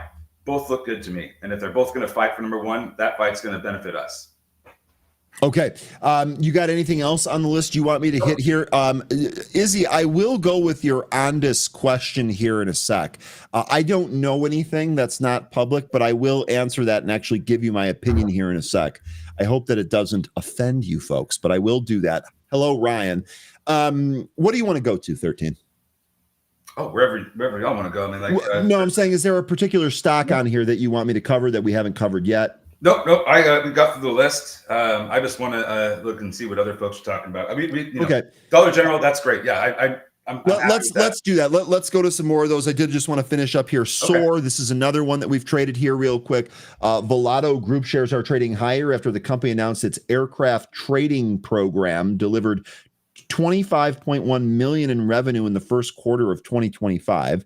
So it was soaring here. Okay, I'll show myself out really quickly here. Short interest, 3.27% of the float shorted here with 2.85 days to cover. Comes on a paltry average volume of 150,000 shares. Float's only 1.6 million. We've traded 14 million here today. So should be no trouble covering that up here. Okay, that's pretty much it. Let's see. You guys were also asking this one Crow, MCTR. Let's go to the chart here. Not on my list. Is this a volume deal? How much volume has this traded? You know, it's traded 2.5 million shares. I wonder why. Oh, here it is. Here it is. It just changed in my list. So, okay, MCTR. Thank you, Crow. This is popping here. Big move up to 10. Pulled back over 2 points off this. Did we have anything? We got no news on this. And it's up 60%. Careful. Okay. There's so much stuff. Okay. You folks really brought it today. I love it. I'd hate to say it, but I think MCTR could be relative volume. On Friday, May 30th, we were this thing was trading an average of 10,000, 15,000 shares. It traded 29,000 shares on Friday, and the following day, yesterday, it traded 62,000, almost 63,000 shares. That's a jump in the relative volume. So I think it's one of these those things that hits a scanner. Also, this came down to an interesting support area at about just above 450. 450 looks to be a support area. But I would also echo Ryan's statement. Be careful with this one because that doesn't seem like a whole lot of movement, and it's already trading up near a resistance area at about $8. Okay, good stuff there. CRDO is going to be next here real quick. This is Credo Technology Group. Yasin, you had asked earlier, I don't know if it was about the move or about the actual company here. You had asked, what is this? Credo Technology delivers high-speed solutions to break bandwidth barriers on every wired connection in the data infrastructure market. It provides secure, high-speed connectivity solutions that deliver improved power and cost efficiency as data rates and corresponding bandwidth requirements increase exponentially throughout the data manufacturing market. Its geographic presence in Hong Kong, the United States, mainland China, Taiwan, and the rest of the world. Got to think that this has a data center angle to it.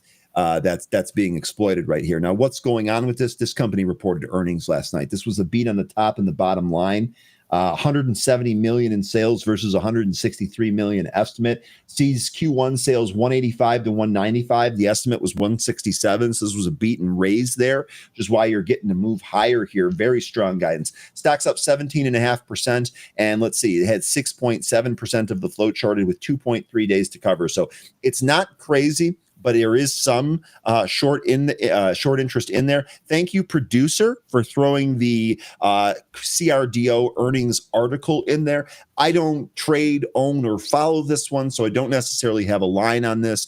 Getting pretty good scores for our trend scores here, though. Look at this. Short, medium, long-term, all pretty good, and a very high momentum rating. 13, do you have anything here on CRDO?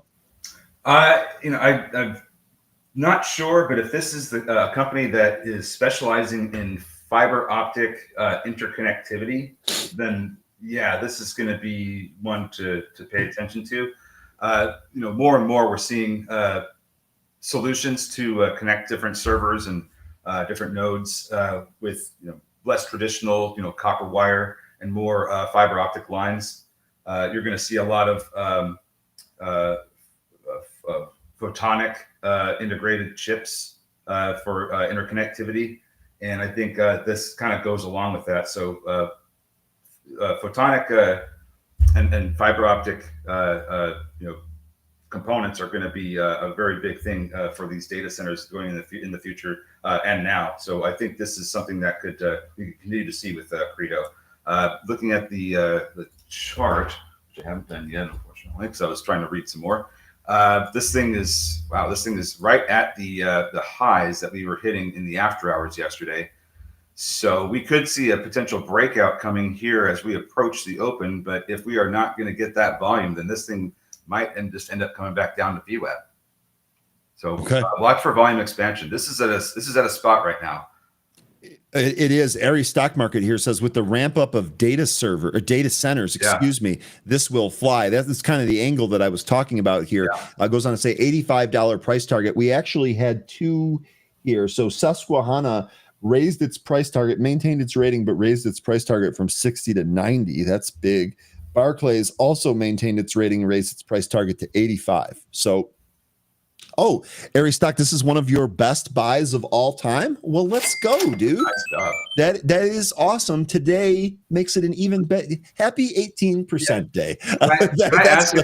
Can I ask if this was an April 7th buy or a tariff buy? Because I mean, if that's when you got it, whew, just fine. If you bought this thing in a 30 handle, God bless you, man. That is something else. Okay, let me give you some. I thought a little bit more about this. So on this. So first of all, I do have a trend line here that we are snapping here today. That's one thing to note. I'm absolutely thrilled at the performance. Yes, we're a little bit overcooked here at 8. What's wrong? I'm sorry. There it went. CRDO. They broke out. Okay. They did the thing, and it's going. Okay, we will check in on CRDO here. Let me finish up with Ondas. So my initial thought on Sunday, when I saw the news, the Ukraine-Russia news, was that, hey, this might cause some of these stocks to move. Now, we did get a little bit of movement, and I actually tweeted the CEO yesterday. And I saw that he had made a tweet in the morning, and I responded to it, and I said, hey, are we seeing any more sales from this event? Because to me, if I can get, and he's not required to answer me, but if he does answer me and all of a sudden we saw more sales or more sales interest here, remember last earnings revenue came in a little bit light. If this event caused sales to pick up here, I would be full bore giddy up here. I don't have any indication that that's the case. Now, Jay Rice, you did a really good job mentioning over and over that a prominent trader, Jake, on FinTwit has a humongous position here. Jake is a technicals wizard. He is extremely good with the charts. I prefer 13, but that's just because I'm biased. He's extremely good with charts, and he has a massive following. So for those of you, I've always recommended, don't buy something just because I'm buying something, but this is a stock that I've been holding, talking about, liking, and adding to. So if any of you followed here, here's what I would say. I have no concrete indication that anything has changed for the better since the last earnings report, which means that as a trader, your job here is to make sure that your risk is controlled and to make sure that you get paid. So I'm not going to tell you how to trade this. I'm not going to tell you what to do. But what I would say is we are getting a huge move here. Just a couple of weeks ago, the stock was 90 cents. It is 163. It has a high of 165 here in the pre-market. Folks, you're looking at a winner. You are looking at a winner. So I'm just saying, all I want you folks to do, figure out however you want to trade this. But if this moves back down to $1 or 90 cents over the next month, please, please, please don't hang on to it. Make sure you get paid on this name. Make sure that you are not taking a loss just because of somebody else's viewpoint. Remember, the way I traded this, I could have done a lot better. I've been in this thing for years. And the last run that we made, I was greedy and I didn't take gains. Well, when it came back in, I said, that ain't going to happen again. We've already made one sale, looking to make another here today. So just all I'm saying here is I have no indication. Izzy, you had asked earlier if I knew that news was coming. I don't know what's going to happen here. I got a feeling that this is probably going to work out there. And I'm considering, I'm willing to hold a chunk long term here. But what I am not willing to do is give up gains that I have. So I'm going to make sure that I get stuff booked on here. I would imagine that if any of you folks have an average price in the cents, folks, we're $1.60 here. That is a winner. That is a winner. Okay, so I don't know what the future holds. I don't have a view into the future. I bought an 8-ball, and even that gets it wrong sometimes. So just be sure when we get movement like this and it's working, just be sure to pay yourself. Don't a month from now look back and be like, oh, I wish I would have done that. No, just do it. Just do it. And if you want to hold this long term, scale. You don't have to sell everything. Just scale. 1 minute. Okay. He bought more, yes, sold his sell H to buy it. Don't give Ryan shit. Yeah, well, it's not even about giving me shit. Like one of my big goals here is I want to help people. The last thing that I want is to talk about something that ends up hurting somebody. That's the opposite of what I'm trying to do. So we're being given an opportunity here. Take advantage of the opportunity. 8 balls lead to wild trading. Pete, maybe I should have thought that out a little bit more. Just to be clear for anyone listening, Pete's having some fun, but just to be clear, we're talking about the toy, right? We're talking about the toy that gives you a prediction. Okay, Pete? All right, we're about to open here. Let's have some fun. Yep, 15 seconds. Looks like we that breakout for CRDO, that was great. 74 hit a high of 75.40 just moments later. Now we are coming back in a little bit. Let's see how this trades as we open. Here we go. All right, Oklo, one of your nuke names here. This is also higher in the pre-market. Might be trying to go higher here out of the open. CoreWeave, got mentioned earlier. This 125 here in the pre-market. Let's see if CoreWeave spikes a little bit. All right, what else we got here? Jay, you had mentioned earlier Signet Jewelers. This is they reported earnings yesterday, really good earnings. So really quick, Signet Jewelers shares are trading higher if the company reported better than expected Q1 financial results, issued Q2 sales guidance above estimates, and raised full year 26 guidance. Okay, so good news there on earnings, but the big note here, as Jay mentioned, this is highly shorted. What's that? Said bye, Credo. It's okay, gone. sorry, I'm spending too much time. 27.94% of the float shorted with 6.6 days to cover. Now we've got good earnings. Stock's up 17%. Maybe you have a squeeze here. Let me go back to CRDO. Sorry, I was going too slow. That $74 level. $74 level. That was it. We saw it. Moments later, we broke out in the pre-market, and here we go, looking for 80. I better find some levels for this because it's getting, I mean, this could go right to 86.69. Why not? Why not? Looks like it needs to get through 79.15 first. Oh, no, there it goes. 80. Okay. Have fun, folks. Don't chase. Meanwhile, let's see what else is doing good. Because that thing is on a tear. NIVF, that's still not resolving to the downside yet. Maybe there's one more push up to 6 before we get that. MCTR, is this halted?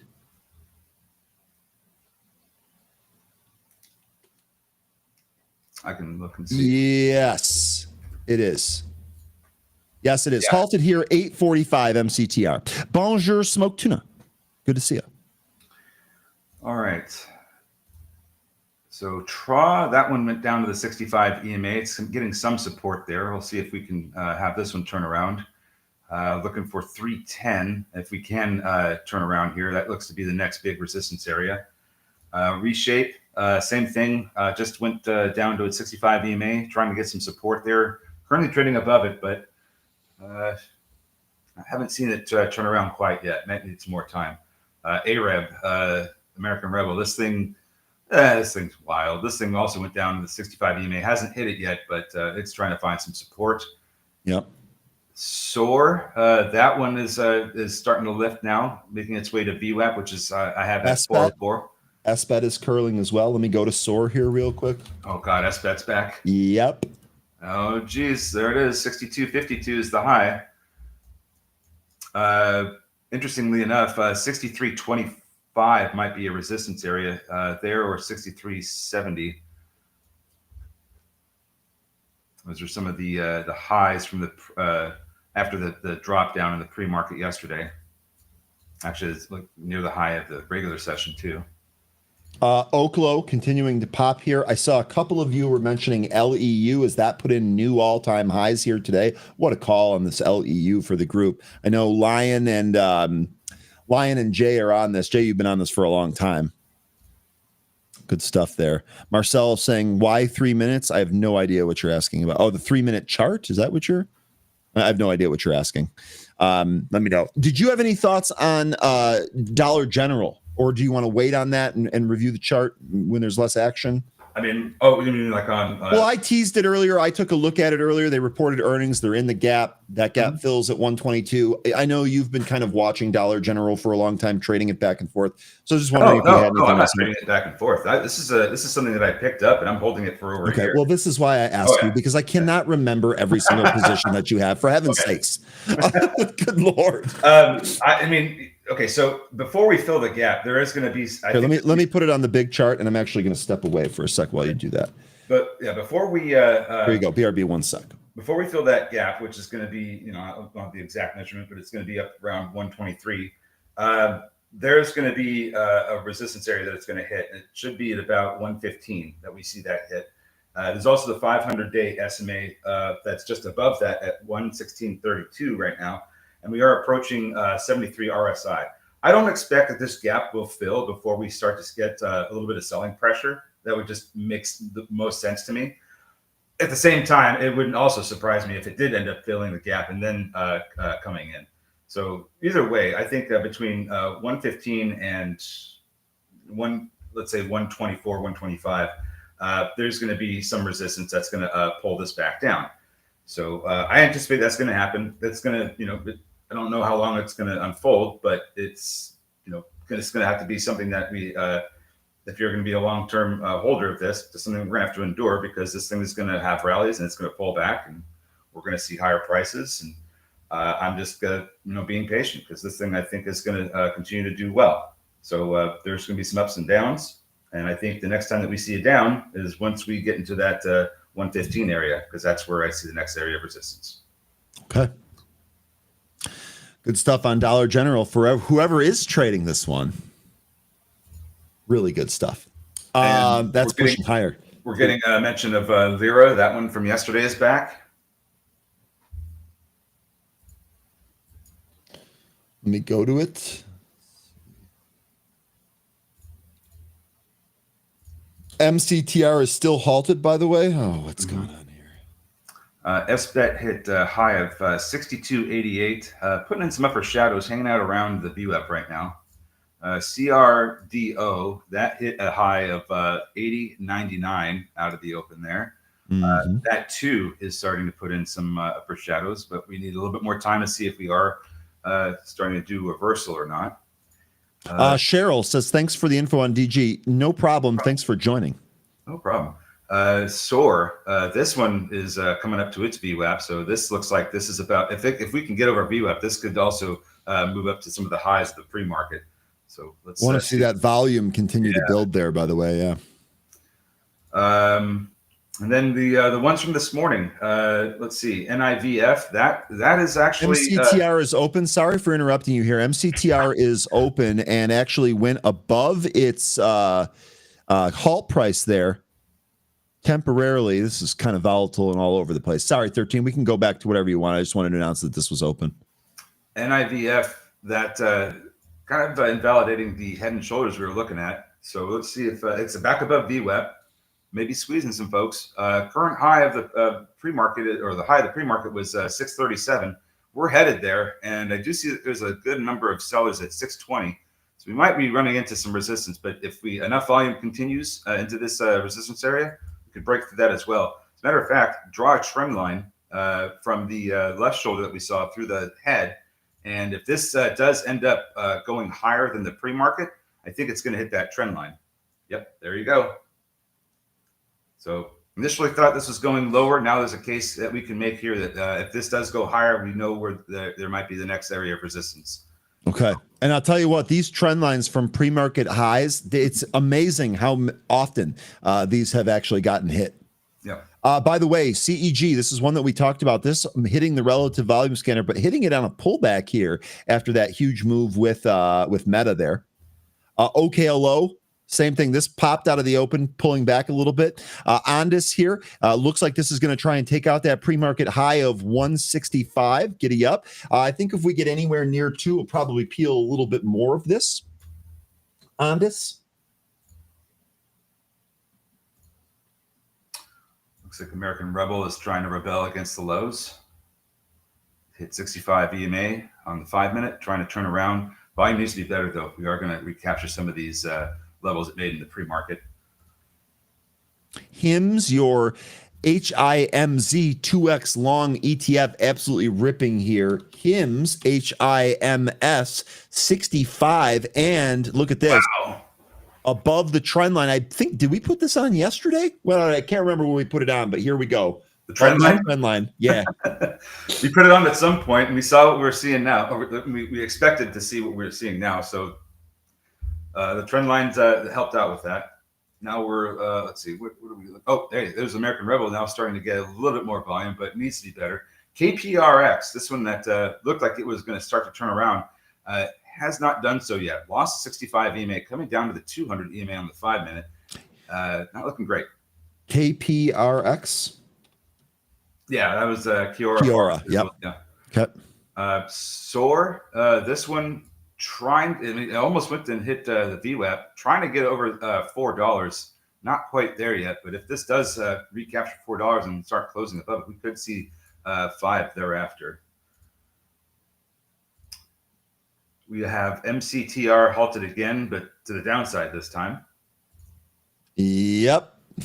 Oh man, good spot there. There's actually on my level 2, it shows a bid 1 cent above the halt price. Unsure if I trust that though. Lira high a day.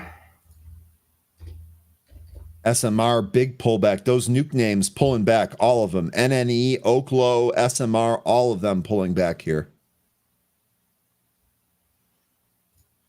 Traws rolling over. BMGL.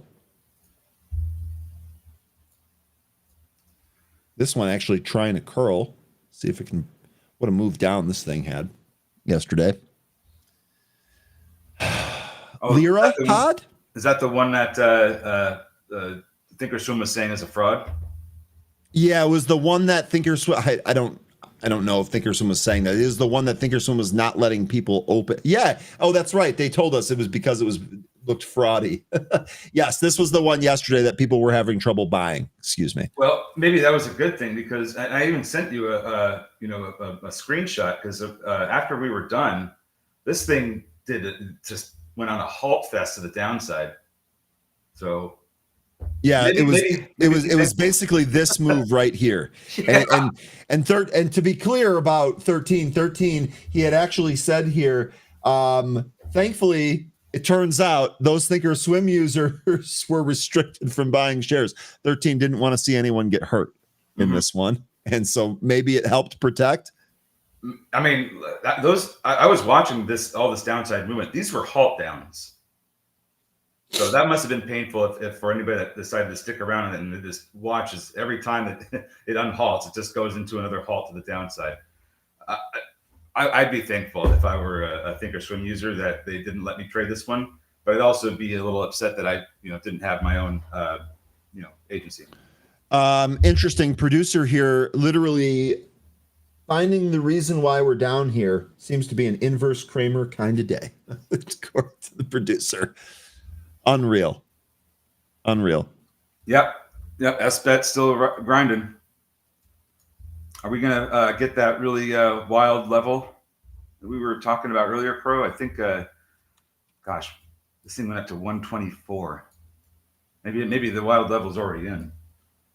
I've got a 69 level marked off on the chart like this is about to just test it. I like 146% on NAC options. Way to go. Yeah, there's a lot of levels in the 70 area. Looks like 70.35 could be one of the earlier resistance areas. We're almost there too.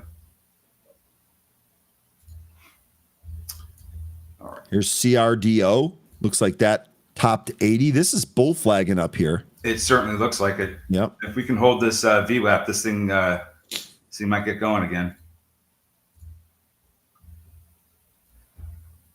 BNGL on watch says WIS. That's the one people can't buy. Well, WIS, what broker is allowing you to do that? Just I don't know. Webull. Okay, so Webull. So that answers my question right there. Yeah. Webull allow. I wonder if Robinhood allows it. I don't know why I said it like that. It just kind of came out that way.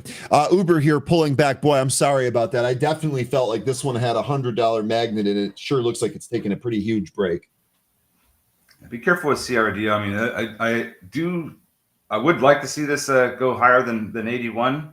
Just be careful with these upper shadows. They kind of tell us that sellers are really stepping in up in these prices. But we can get a good amount of volume here to take those sellers out. But we'll see what we end up getting with this last candle here. SBET hit 68 even. Looks like Lira is kind of in a range right now. The high of day, I mean, in the regular session, I guess that was just about 5 minutes ago, but the pre-market high was 26.99. RSLS, it's trying to curl here, but it's not looking great so far. We'll see if it, maybe I spoke too soon. CRDO is certainly looking like it's trying for 80. SOAR might not do that. This comment here gives me just complete anxiety. I'm not going to lie, Barry. I don't know how you did it. I tried buying BMGL yesterday at 10. By the time I got off the phone with Schwab, I changed my order to 8 and then bought a few more at 4. I mean, that thing is all over the board, dude. I hopefully this actually spikes for you. You're able to book some gains on that. Yeah, I mean, I don't know what your average is right now, but I would imagine that based on what you just said, that you're probably above your cost right now. I mean, if you're doing well on it, great, but just make sure you don't get caught in another one of these halt downs that it does. CEG trying to bounce. It'll be telling if it can recapture its VWAP on this bounce. NIVF, conversely, holding its VWAP on this pullback. I'm being asked, when does Uber become a dip buy in my view? Based on the downside that we're getting today, or I mean, I guess if we're talking about today, I still think we need to wait. But if I'm looking at like a daily chart, I think 80 looks pretty good. Webcoin here asking, Vivek, VIVK had a Benzinga exclusive, no reaction on the stock. Any thoughts on this company? Yeah, so I have a couple. This is actually one that we talked about in happy hour. I had a couple of folks looking into this one. I think from what I understand, the company is looking to kind of change directions here. This is talking about having a Permian presence here with 10 pipeline stations. It seems to me that this company is really trying to figure out what it's going to do next and where it's going to go. Webcoin, my thought on this is unless you're have like a long-term spec outlook here, I'm not sure that this is worth buying right now. I just don't know enough about what they're going to end up doing in the future. Don't have like, anything inside or anything like that, but it's just, I don't know. I don't see what the future prospects are. As far as the exclusive here, it doesn't look like anyone cared about this piece of news, to be quite honest with you. Don't feel great about this. The one thing that I will say here on this, though, is that this might be one of those companies where you wake up and it's $3 because it has some piece of news or it got something figured out. My problem is that I can't tell you when that's going to happen. I got no thesis on it. So I basically feel like I'm just gambling at that point. This company issued restricted stock for dividends. Vivicor? Uh-huh. So, I mean, that's the headline. I'd have to read into it more, but if it is what it sounds like, they raised capital so they can issue dividends. Okay. Yeah, I don't know what to make of this. It looks like it could have a good story here, but But what is it? That's kind of like my thing. Like, it might have a good story, but what is it and how long? I just don't know. Like, I don't feel great about it. It's looked like it's a technology acquisition company. It doesn't really.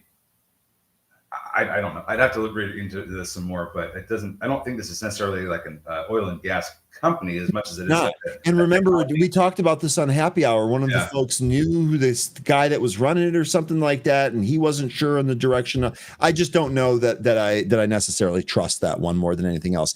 KIDZ here getting mentioned in the chat. This is popping here and actually took out the pre-market high on KIDZ. I don't have any new news here. News was from yesterday morning. Yesterday high was 482. That's what I'd be looking at next. This is your sole purchase and enters a new purchase agreement to sell up to 500 million of notes to accelerate the SOL Treasury strategy. There was someone in here asking about GME earlier, saying that it was going to pass MicroStrategy. When I read that, I'm sorry, maybe I'm not right here, but I assumed that you were just kind of trolling us, whoever that was. Nonetheless, though, I don't see what the path to being the next MicroStrategy or surpassing MicroStrategy is. I don't see that at all. GameStop up 0.4 here. CRDO, a whole lot going on. CRDO not really getting the resolution of this flag yet, but it doesn't mean that it couldn't. It just be careful. Maybe maybe raise some stops just in case this doesn't work out, because the volume is starting to disappear a little bit here, and once that starts happening, it makes it harder to hold above these levels and try to capture new ones. So MCTR right back onto that spot it pulled into a halt from. Yeah, that's trying to looks like that's trying to push up. Looks like $9 is the next spot to break, and then you have the pre-market high of 10.18.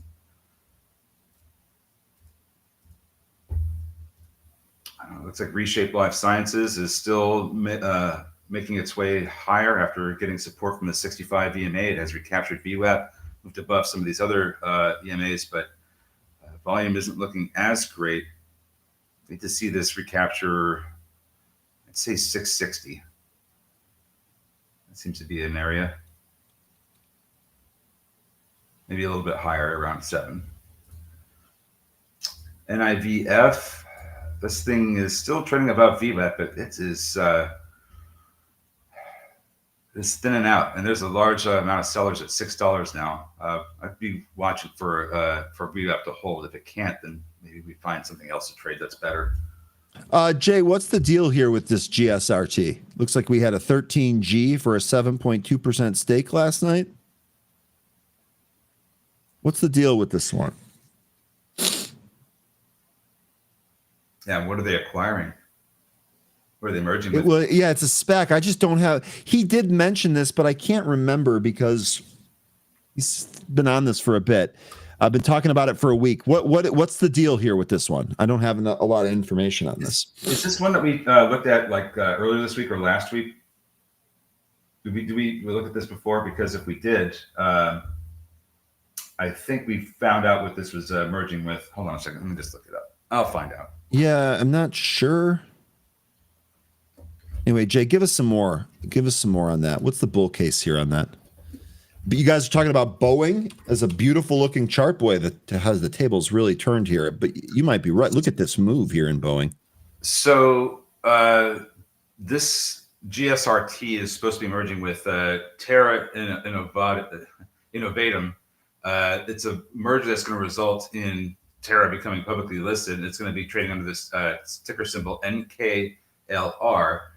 This is supposed to close in the second half of this year, and this is going to be a micro modular nuclear reactor stock. Okay, so that's the same nuclear energy. Modular nuclear energy. Yep. Yes. Okay. So I think, Jay, I think this was the one that we were looking at maybe last week then that we had to look up. But yeah, so that another nuclear name. DG on its way to that gap fill 122. Dollar General. Lion says he sees Boeing going back above 300. I do too, but when you think it goes above 300 before it goes below 200? That would be something interesting. Jay, GSRT nuke SPAC valuation call. It's 1/7 the size of Oklo. Pre-SPAC deal will change its symbol to NKLR. Yep. So you're looking for maybe a catch up here to something like Oklo and think that that should be repriced much higher. Okay. And do you know how different it is from, was it SMR? SMR is the other one. SMR, NEE, and Oklo are those three that are all related. Okay. $6. Smoke Tuna saying, watch the 1 minute volume on NIVF. $6 here. Clearly the key level that we need to get over. So this 1 minute volume here looks like the last couple of minutes has been all red. See if this can change. Yeah, Boeing, that's breaking over a long-term trend line today. Here, I actually think we might have that one on my bigger chart. It's the high from the trend line starts from March of 2019, goes through the high of December of 2023. We're coming up to that level right now. Actually, we're through it. But we're also at the same time at a almost 76 RSI. So following this move through the trend line, I'd like to see it cool off here, but above the trend line, I'd like to see it cool off. So maybe it kind of rides this trend line down for a number of days before we see some more movement. What I don't want to see is for it to just come back beneath this trend line and trade lower, because I don't want to see a rejection. Because I would like to see Boeing go higher, and I think it could be on maybe drones. Boeing here also, really, first of all, I have those same trend lines here. Really good stuff there, 13. But also this consolidation area, basically 195 to 225. This goes all the way back to the beginning of 2003 or 2023, excuse me. This is exactly the area that we're in. I would imagine in order to get out of this, we're probably going to have to spend some time here and try repricing. Lion answering my direct question here. Ryan, we will not see 200 on Boeing anytime soon. I think Boeing is back on the growth era. Okay. We really want to see a break above that trend line and a move higher. That would be ideal for Boeing. By the way, MCTR did go here. Crow's just out here getting it. We did break above that. We'll see. Really need to test 9 here and hold above. CRDO? Yeah, that one looks like it's still trying to get ready to move here. Maybe even get back into 80. 80's your spot. Yeah. This might be the move. It might be coming. $80 coming up to it. Thank you for that Red Book information there. Let's see. Cookie LaFleur. I actually think that's a rather amusing name. AMDs. I thought we were going to get an AMD's nuts coming here, but I guess not. AMD, little dip and rip here. Daily chart actually looks pretty good here too. Here's the parallel channel that we had on AMD. Look at this. We are testing it here today.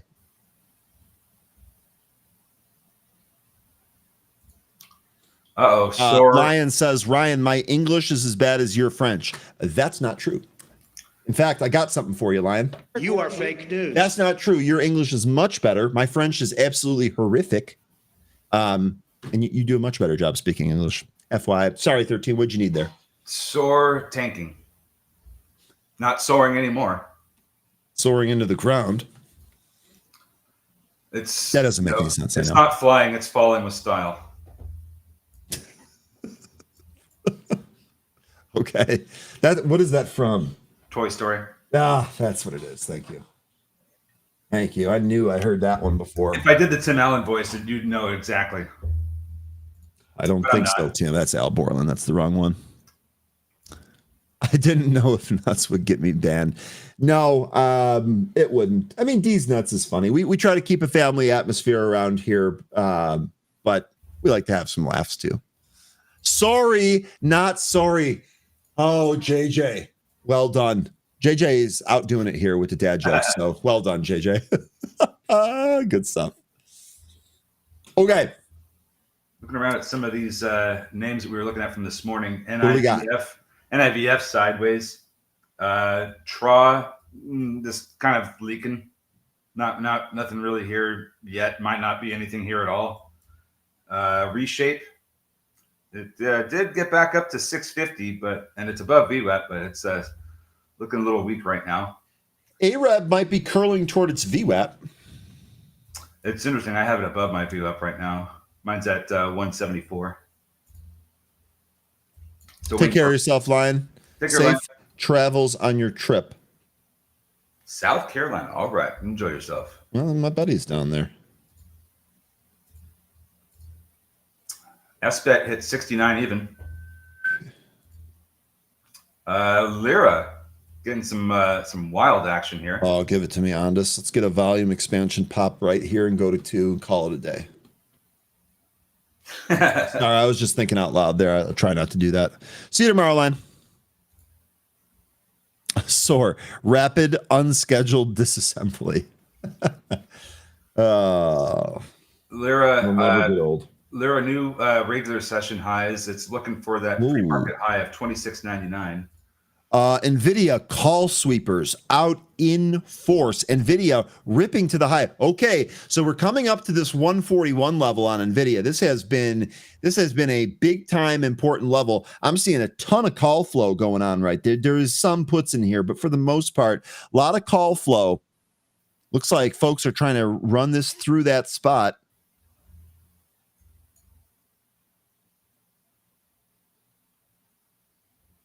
CEG call flow. Interesting. That kind of stopped its sell-off there. Kids approaching 5, but the high is 490. That's KIDZ, right? Yes.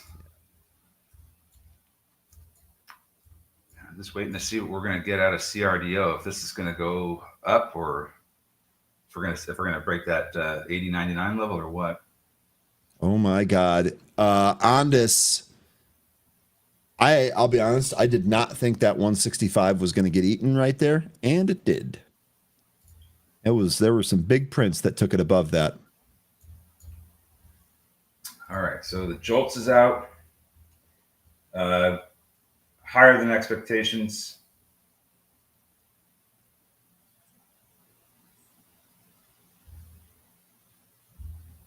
U.S. made tough requests to Vietnam in trade talks. I wonder if one of those requests is don't be a pass-through for China. You laugh, but I think that's no.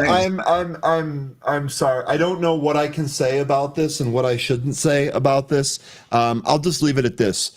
We are extremely lucky to have Anne Marie as part of our community here, because in addition to being an ace trader, she also has an extremely amazing sense of humor.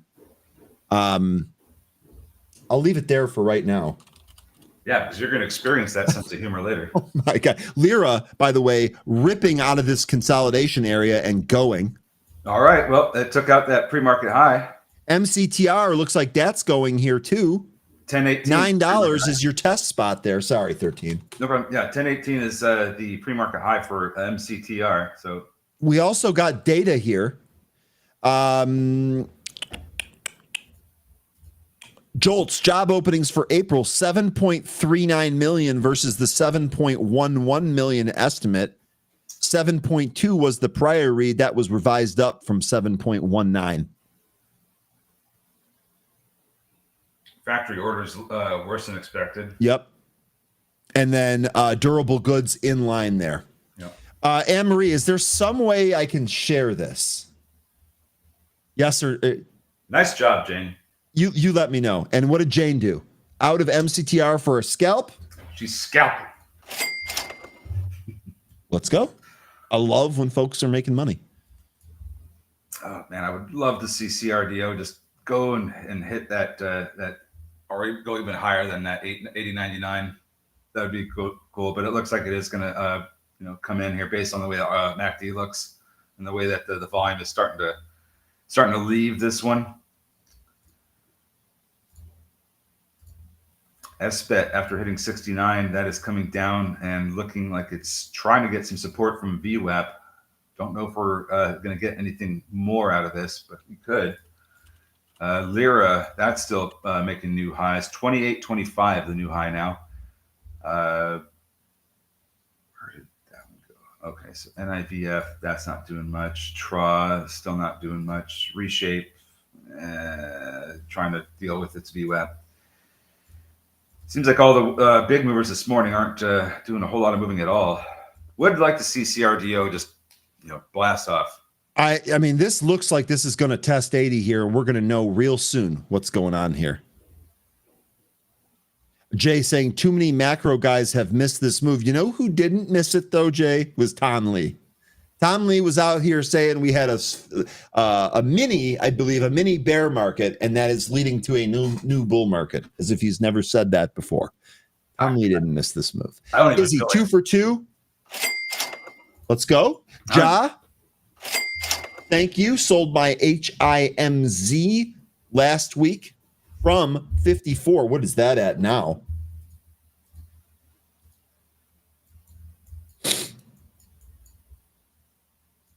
Wait. I sold my HIMS from last week at 54.66 and 55.11. Okay, so and look at the timing. You had a 10-point move to the downside on that. Well done, Ja. Good timing. Looks like MCTR pulled off that. All right, just waiting for CRDO to breach 80. I think that's the level. That's what we've been trying to capture all morning here.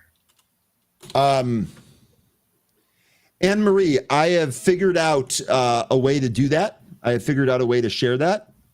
Would you like me to wait for you to come on and do it, or should I do it now? Lira just ripping, looking for 30.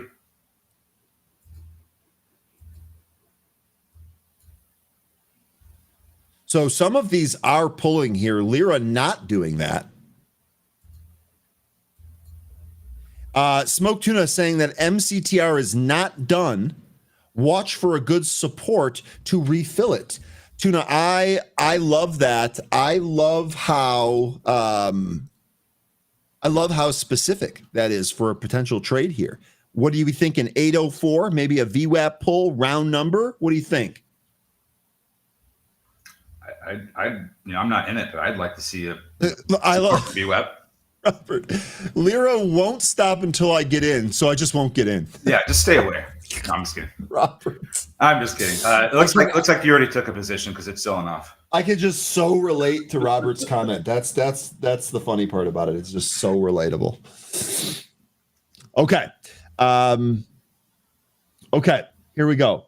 So I was just telling you folks how lucky we are that Anne Marie has a sense of humor. Anne Marie sent this to me, and I just think this is too funny. I hope y'all folks enjoy this as much as we did. I hope this works. I'm relying on my producer right now. Oh, finally. You could take a long somewhere along heavy congestion at 58. What in the world is that number? 58.62. How about putting on the old glasses? Can we do that? Glasses.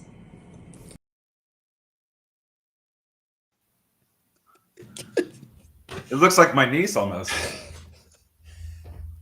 It's so good. Everything like the express and AI. So here we go with AI doing all of this cool stuff. Anne-Marie, I'm thank you for sharing that. I really love laughing early in the morning. This is one of the funnier things that I've seen. It's absolutely amazing. What does the E-Trade baby think about that? I don't know, but the E-Trade baby better get on Indeed because we've got another one coming now. I mean, good Lord. Good Lord. MCTR, by the way, after that pull, new highs. Just shook out some weak hands, took out 9 and went screaming higher. It's going to halt here if it holds.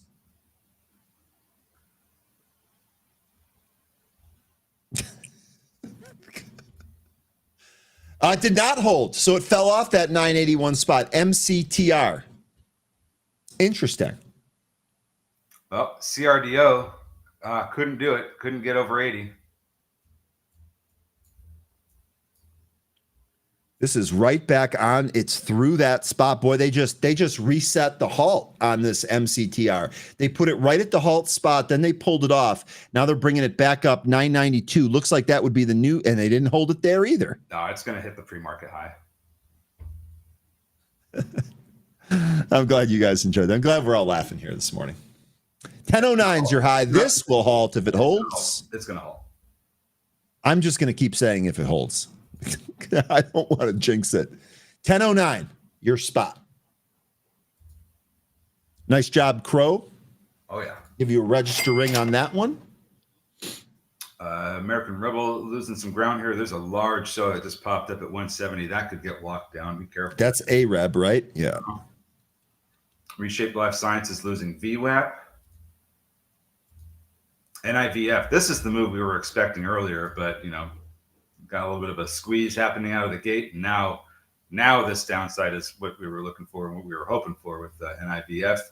I'm looking for this thing to come down to the 200 EMA, which is down at 354. That's NIVF. Let me bring that up here real quick. Oof. Yeah. Ross says, when are the lessons from Smoked Tuna? They are daily. You basically just show up. Smoked Tuna strolls in. He's got his jacket with the patches on the elbows, so he's in full teacher mode. He's out here just every day. Kids looking for 5. It's at 495 high.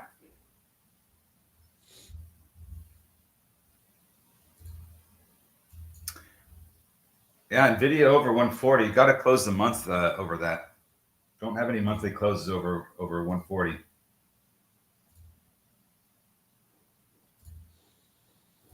Joe says Hims is now suffering ED. That's actually not a bad joke. Earnings dysfunction? What? Yeah, clearly. Oh, wow. That thing looks limp.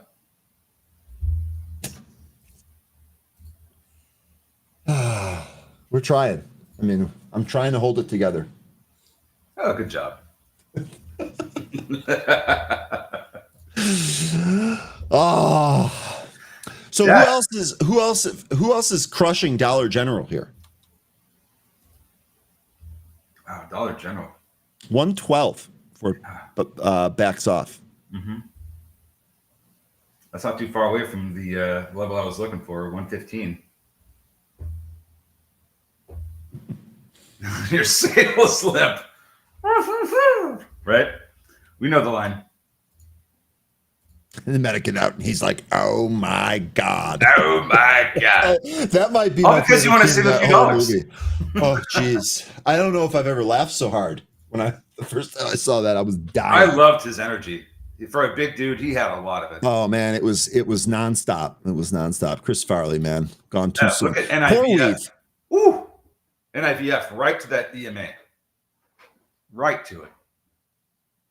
CoreWeave just continuing to move higher here. 134. God, am I glad I didn't try to reshort CoreWeave. What a face ripper this is. Anyone think they got a short spot on CoreWeave? And you know what, David? It was David from our happy hour. Remind me, David from our happy hour group last night asked about CoreWeave, and I felt terrible because I was like, the only thing I can see here is like, how do we know it's going to go higher here? It looks like it wants to pull back. He had June calls, looking for a pop this morning, an 11% move. Oh, CoreWeave. Exactly, Emery. Good heavens. 134 is insane. Yeah, I wouldn't buy it here. I can't justify saying, yeah, we should buy this up here. Well, it's I'm just looking at the chart, and it did break the uptrend, and now we're back testing the uptrend. So I think that unless we break through this trend line that we were riding up, I really don't think that this is going to go a whole lot higher. Maybe I'm wrong about that, but this looks like we're about to be good here with this upward movement. So here's what I got on a fib base trend extension, right? So this is a drawing tool that anyone can use in TradingView. It's available here in Pro. I basically drew it from the opening of the IPO to the high and then back down to this low here. And it draws out some pretty clear levels. Looks like this 110 level got messed with. The next one that we have here, 138.73. Let's call that 139. So I'm looking for anything I can get to try and tell us where we're going here. Pete, heck no. Shorting CoreWeave would be like shorting Palantir right now. We need a general gigantic down day to bring those down right now. This is it. That's exactly what's making this very difficult. I don't feel like you can jump in front of a train that is just full steam ahead. Anne Marie, thank you. 135 measured resistance. We are right there. Yeah. I don't feel like this is going to go a whole lot higher. Maybe I'm wrong about that, but and I'm not going to take any positions on that either, because if I am wrong about that, then, rip me. But I don't feel like this is going to go a whole lot higher just based on what the technicals are showing here. So we'll see if that ends up happening. I think over the rest of this week, we might start to see some selling pressure. Ryan says, who's buying at 130? That baffles me, but I said that at 110. Ryan, you're not alone. I said that at 110 too. Kids going to 6. Uh-oh. Kids going to 6, and there's a trend line that you can draw from the pre-market yesterday through yesterday's high. Let's see where this. Yep, I got you. I'm on it. Let's see where this takes us. That means we could see somewhere in the 7 handle. I'm going to go through the top here, just because it's going to give it a more realistic pitch. Yeah. I basically went through the body instead of the wick. Okay, sure. Either way, we're going to 7. HG says I'm targeting 150 for CoreWeave. Kathy is saying shorts are covering it. They have to be, Kathy. Any short that's even, how are shorts even left in there, frankly, you got to be getting blown out.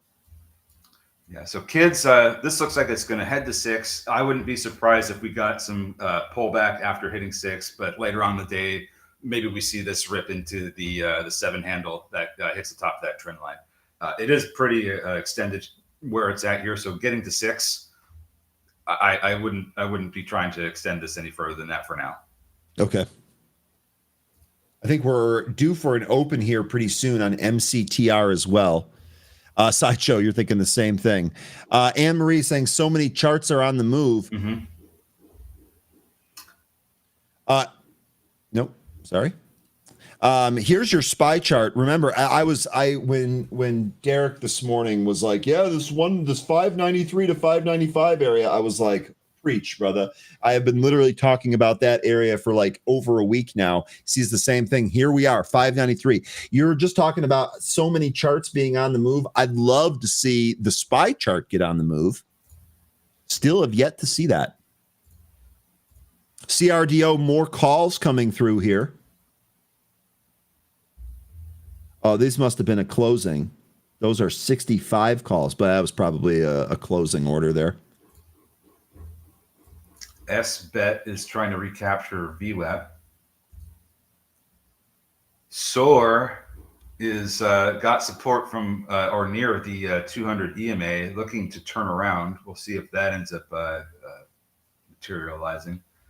SBET really ran into some resistance there at 69. Wisp, the broker was telling folks that BMGL had like a suspicion of fraud or something like that, and it was not letting them open a new position online.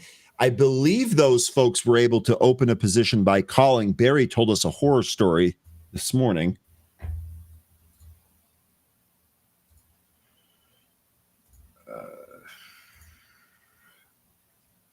NIVF, it's going to go through these again. NIVF rebounded off the 200 EMA. Volume is really low. I don't expect this to recapture some of these levels we were seeing earlier. Maybe it does later, but not for now. Go ahead. I was just going to say, Jay is mentioning VG finally. It's a mini LNG. Finally, as in it finally filled this gap or turned around. VG here. Sorry, 13, get in there. No worries.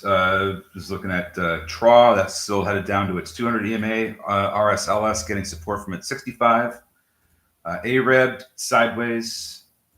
SOAR not doing that quite yet, but there is a trend line that looks like we could draw from some of these highs we've been making. So the pre-market high of 507 through the high of the regular session. That means that about where the 65 EMA is, we could see a breakout. Volume expands. Lira, that is getting support from its VWAP. That might turn around and push higher. Getting some Diamond. Sold some more Ondas here. Diamond, you're saying that kids will hit $6. You could be right. It's got a high of 577, and volume does still look like it's pretty good, but if we start getting some sellers coming here, then you'd probably be right. But I don't think I'm willing to say that quite yet. We're so close, and we don't need a whole lot more to push it up there. So I could still see us touching it and then backing off, as I was alluding to earlier, because it is pretty extended up here. So we'll see if we end up getting that. MCTR did unhalt here, went higher, and actually looking like it's going to try and take out those highs. I've got 1153 as your high print, and it looks like it's going to roll back towards that area here. MCTR. CRDO lost VWAP. That looks like that's going to head lower, probably even go down to VWAP. MACD is curling over. This might end up coming in here.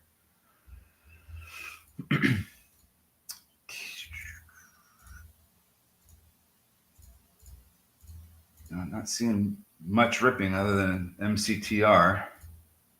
MCTR back now into the halt gap, it looks like. SBET recapturing its VWAP, or trying to. MCTR would see 12. It's a smoke tuna. Okay.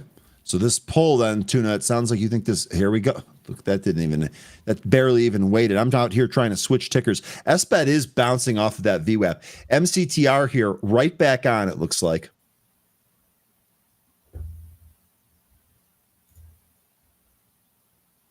Pony boy down. Not staying golden, is it? Oh, so that was the Chinese AI name, right? Yeah. The one that's getting all the deals with, for the autonomous driving, right?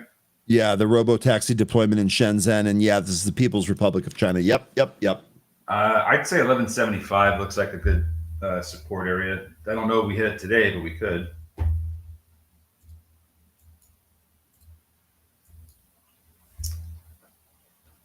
$500K Wald Scott bought on which one, Wes? Yeah, which one? NVTS, I think is what he's saying. Oh, yeah, NVTS has to be it.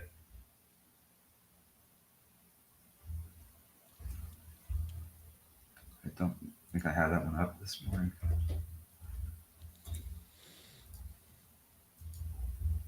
Okay, so did they take that wall and now it's backing off now? I actually wasn't watching this one. I was still watching MCTR. And Tom here saying, my broker won't let me buy it. Tom, maybe you can call the desk and ask why, or see if there's anything else they can do. I don't know. I mean, it's extremely volatile here. And 12 is that spot. What day did that happen on, Tuna? That 12 was the high from January 23rd this year. SBET looks like it's trying to push higher. 69 is the high of the day.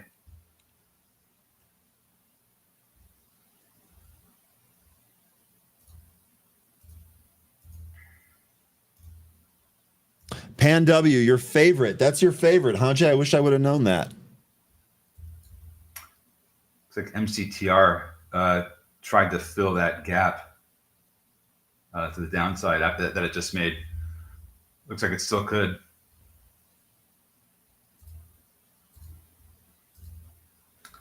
Here's the gap that 13 is talking about. Yeah. Ondas might give up 150 here. Was hoping we'd see more of a run than that here today. Looks like CRDO trying to turn around here, but volume needs to be better.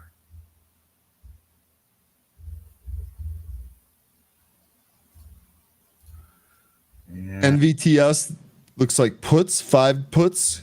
They bought 1,170 of those. They're cheapies, though. They only cost 30 grand for that trade. Oh, thanks, Izzy. APLT is on CNBC right now. Apply Digital CEO on the CoreWeave deal. Yep.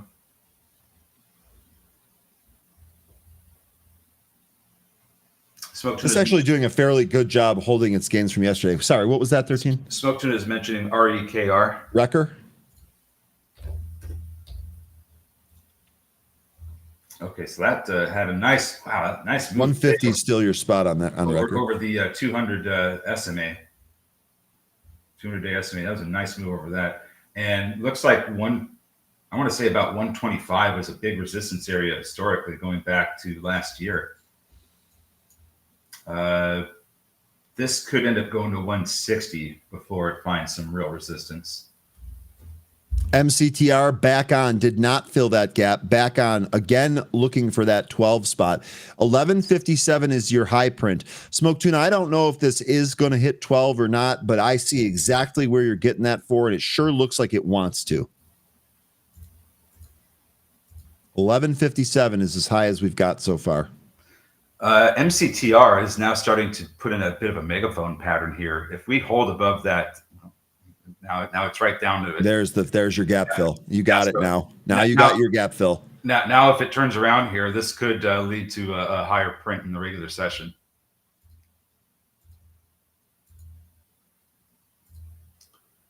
Some of these names are starting to turn around again. Looks like NBTS isn't finished.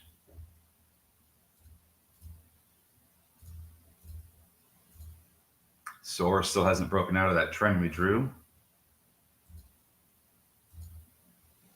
Lyra might be losing its VWAP. I know folks are saying the kid isn't hitting 6, but it hasn't given up its 5 handle yet. So maybe it doesn't, maybe it does. We'll have to wait and see. Not finished here yet with kids. Quick look around the horn, yeah. First of all, I watched the show Around the Horn since I was a kid. I've loved the phrase since baseball. It just made sense, just stuck. Glad somebody else can appreciate it.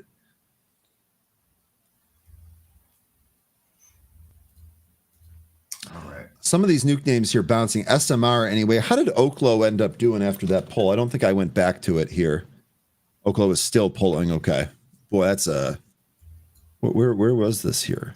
Well, it was almost $59. This is a 7+ point move here.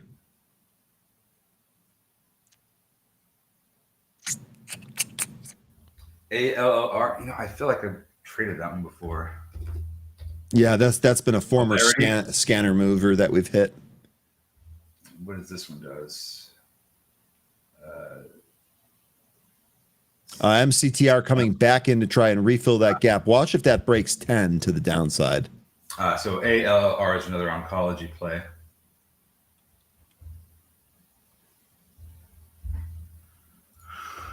All right. Just penny stock with no volume here. ALLR. There was no news on this either, was there today? I didn't see Nope. any. It's down almost 3 handles, or I'm sorry, 3%. Yeah, they had news yesterday.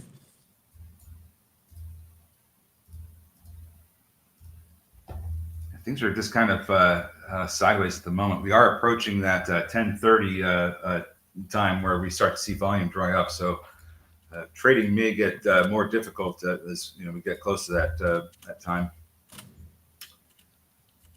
Well, kids just made a new high, not quite at 6 yet, but it's almost there.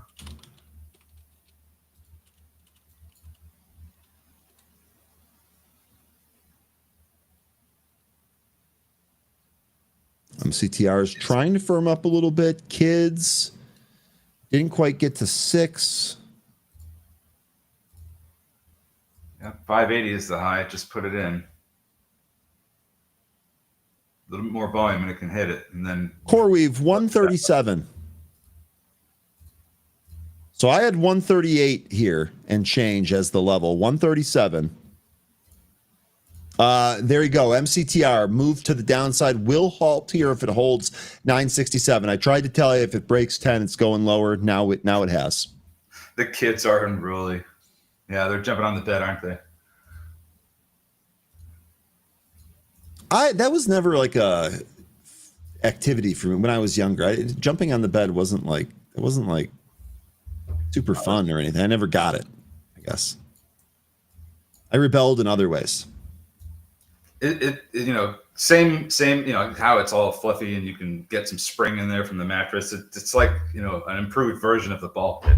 Yeah, one of my improved version of the ball pit. That's an interesting description. One of my buddies had a trampoline though. Oh, I had one of those too. That was fun. Yeah, see, that was, thankfully I never hurt myself on it. CoreWeave is a dangerous monster. Dangerous mostly to shorts, it turns out. Been pretty good to those that have been long this thing though. Flores Lava was a good. Oh God. Well, that's still played today. I was gonna say I mean, man, oh man, I don't play that anymore, but that's a popular one. Depending on what kind of flooring the sun's been hitting, and if I'm barefoot, it could that game comes in. It could actually be the case. Wow, CRDO. This one looked like it was going to be done, but it's turning around. It's trying to recapture its VWAP. SBET losing its VWAP. Lira getting support from its VWAP. Kids, I don't know. 588, that's the high. It's still not finished. It's hanging in there. Super extended at the same time. It's all these things. Blazed Rhino says quadruple U. What's that one doing right now? That is ripping. Plus 15%. Wow. This is ripping near the highs. This actually took the next leg out of there.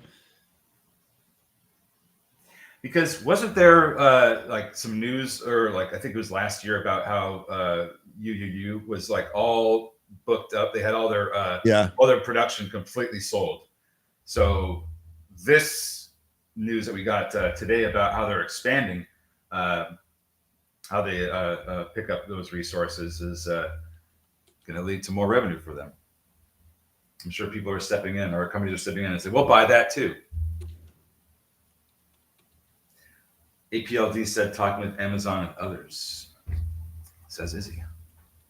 Chewy continuing higher here. God, I hope someone hit that Chewy trade. APLD recrossing that VWAP there. DKNG, there's one I haven't looked at. I could see kids making one more push to 575, and then if that doesn't go any higher than that, then we should see this start to come down. Kind of looking a little toppy on a 1 minute chart. SBET though has a bit of a trend line here now. If it can recapture that VWAP, we may end up seeing a break over that trend line. But MACD is curling over here, so not sure about it.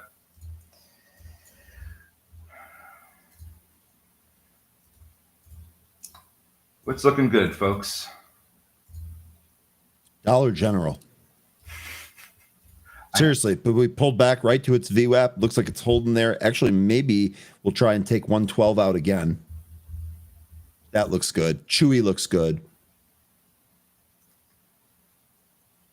Yeah, Blazed Rhino. Is this you're talking about energy in terms of nuclear, but is oil energy also moving up? And if so, which ones are you looking at? CDX up 1.5%. Devon Energy up to some energy names are up, yeah, a little bit. Disney looks good. Disney needs to stop, putting out these garbage movies. They're still not. Didn't Disney have some news the other day? Yesterday, Disney to lay off several hundred employees. I guess they're going to have AI do all the work for them now. 115 looks entirely possible here. That's a resistance spot, I think, though. Yeah. So here, some of the news over the weekend. Lilo and Stitch, their movie, I guess, did well at the box office. That's one of their remakes that actually did well.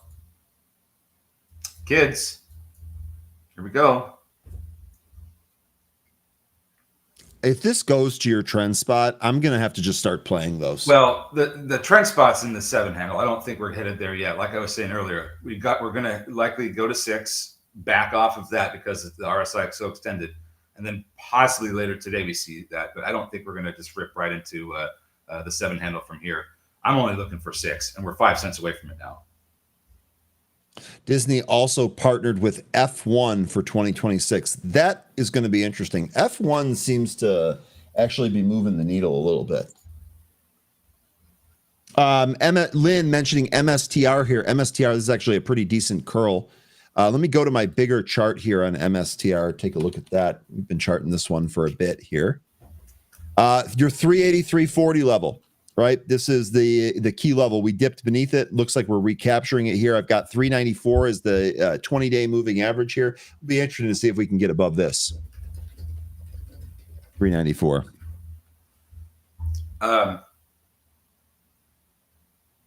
So, hold on a second. Let me just get one more piece of information here.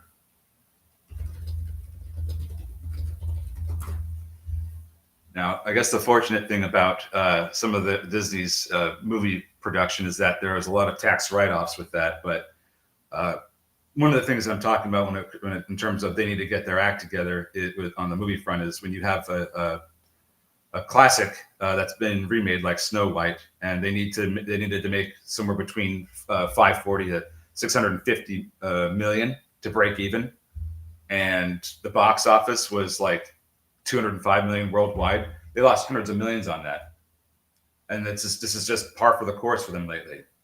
Their movie business is terrible right now. Oh, how about that? Kids hit 6. It's like 618 is the high. Now it can pull. This should pull back. It really should. Yep. Kids through 6. Looking for a pull here now. Producer here. This is pretty good. Really, just anecdotal stuff on F1. Producer, I guess let me just make sure I can share this.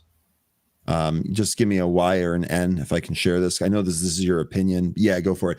All right. So producer here, remember our producer lives across the pond. My thoughts on F1, they're doing what they did to the Premier League, which is the European Football League in the UK. They're pumping money into it. They're bringing in new fans, but at the same time, they're pushing out the old fans. If you look at the big clubs in the Premier League, like Arsenal, Manchester United, Manchester City, Chelsea, all of their fans are tourists who spend loads of money. Old fans don't spend even close to the amount tourists spend. So I guess my only follow-up question there, do they think that they can earn more money from the tourists than from the classical fans? I would imagine, they look at these numbers. I would imagine that they think they can probably get more trying to expand the game. Even if I don't think they're going to lose those fans. Maybe those fans spend less money. I'm not sure they're going to go anywhere though. More merch, higher price tickets, hotel deals, et cetera, et cetera, et cetera. It's all about the money, it sounds like.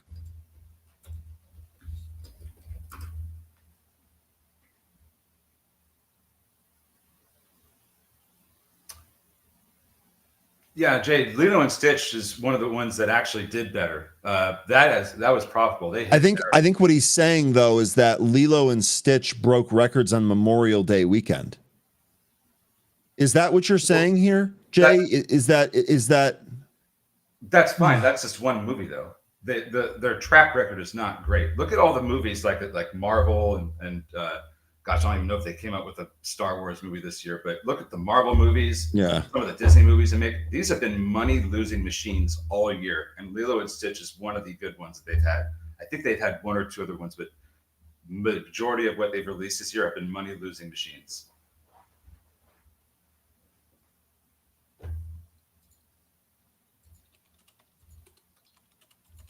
All right, here we go. We're getting kids to back off of 6 now, just like we needed. So this thing could come down underneath the, down to lower 5s, maybe even into the 4 handle before it finds support. SBET looking to take out that trend line. Could do it here.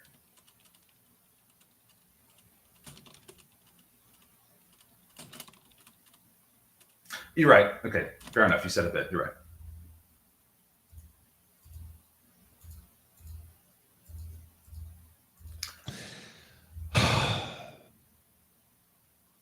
Okay. Here it begins. Oh, geez, what's happening? Nah, it hasn't begun yet. We need to see 30, I think. I think if once it gets into 30, it's gonna be a wild show. Actually, does need to get above 30. Trend line here too, from the pre-market high through the session high. That's where I'd be. Now, if I was going to be in this and trade this to the upside, and I was looking for more than 30, I think that trend line is going to play a part in where you'd want to be taking gains, because I don't know if it's going to get too high into the 30s. Maybe it does absolutely go on a tear through this. Wait, you said well, oh, never mind. Yeah, maybe it does go on a tear through this trend line. Maybe.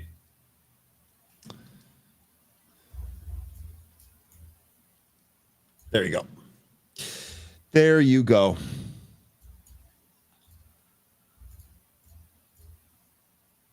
MCTR down to VWAP. SBET, no breakout yet. Smoke Tuno taking a look at Rekr, R-E-K-R. K-R. Watch Rekr on a 150 break there.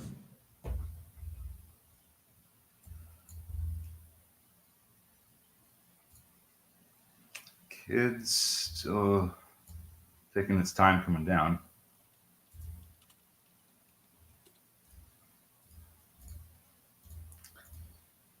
SBET still trying to break through that trend line. Do you have that trend line on SBET? Let's see here. Think so? No. Yeah. It's not the 69 level. 69 trend line through the recent high, not the current candle, but the last one. This one right here. Okay, I got you. Yeah. We're right on that right now. Yeah. Got you. Break. Yep. BMEA. Someone asked about that earlier. This is Biome Fusion. This is actually it started to ramp as the volume started to expand here. Sorry, I didn't cover this one earlier. I dropped the ball on that. CRDO trying to get going here again. Could be worth a watch. Did this recapture and hold above VWAP, so we'll see if it can continue to do that.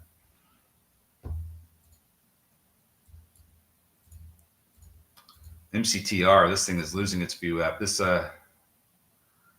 might go down to 7.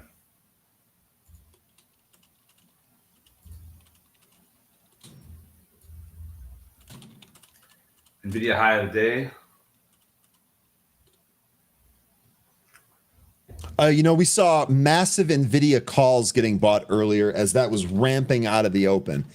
Now, the market here still hasn't really got above that 595. We're testing 594 here on the SPY. Here's what we were seeing, right? This did get above 141, kind of back tested it. I'll tell you what, we see more upside call buying here. I think NVIDIA probably goes higher. So the whole month. Oh, there we go. SBET. Perfect. Now we need to see 69 taken out. Yeah, Zach, on this, as far as the regaining compliance. So my thought here on this was that I think that they need this year to get through things, right? I think we are going to see news. I think we are going to see some more contracts. I asked the CEO via Twitter. Again, he's got no responsibility to respond to me, but I did ask him if we saw some more sales, because if we did, I would have been like, okay, this is great. It's awesome that we're up here at 150. I think we should easily be able to hold above $1, but I know what everyone's wondering is, are we going to get another rip to 3 here? And that's kind of what I'm waiting for. I did lighten a little bit here so I can sell into this and book some gains here, but I think I still want a bigger move here, and I'm unsure if and when we get that. SBET. Just my thoughts on that. Here is SBET. Oh gosh, we went right through it. Yep. One more time. It'll be okay. All right. We do have a all access here today that we're going to have to move to in 3 minutes. Then we're going to come back and go to Anne-Marie. And the producer's asking to get us to 150 likes. I think that's a totally reasonable goal. Would love it if you folks could do that. H-bomb, you're probably right, but not yet. This thing just broke out and took out 69. So this may have a little bit more left on it, but yeah, it's going to come back down to 69 for sure. VIX 1814 as it looks like the melt continues. Again, I think 13 to 15 is the area that you can expect the VIX to bounce. 595 is the expected move on the SPY for today. A break above will bring in a short squeeze. Okay. So 595, that key level is also the expected move. That is interesting. Catherine asking about Fate. This has been a day trader, right? I recognize this ticker. That's interesting. About 595. That's right smack in the middle of my consolidation area. Ryan, I hope you'll have your energy guy on soon. Is that Tim? Are you referring to Tim? Oh, it has to be. Because if you are, you're in luck, buddy. Tomorrow's Wednesday. He's the energy guy and the bank guy. You know what, Joe? I got a webinar with Tim and Anne Marie tonight. Just saying. Yeah. But we are going to have Tim in his regularly scheduled slot tomorrow morning. Yes. So if you're unavailable this evening, you can ask Tim tomorrow. And as I was saying with Derrick earlier, if you guys got questions you want me to ask, I'll ask them. I know thinking about it does it. Is it the same Tim Melvin that called the bottom a month ago? Yes, it is. But do I not have enough energy, Wadi? You have plenty of energy. Okay. I don't know what he's trying to do over there, but you have energy every day. I didn't finish my coffee. That must be it. Oh, there you go. Just pound that thing real quick. All right. Let's go. All right. So we got CRDO that's still dealing with this VWAP, but man, look at SBET. SBET 73.80 on that break of the trend line.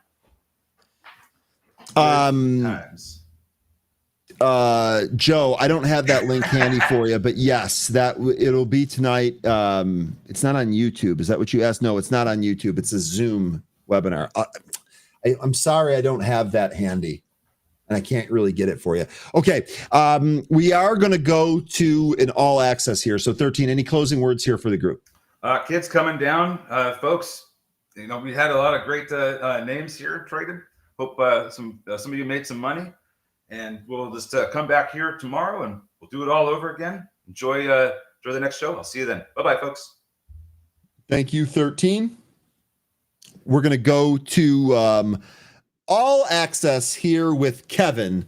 So hey Zingers, and welcome back to All Access. I've got a wonderful guest for you today. Motoko Imada and Joey Chung, co-founders of TNL Media Gene. Ticker under the NASDAQ is TNMG. I hope you're ready because All Access starts right now.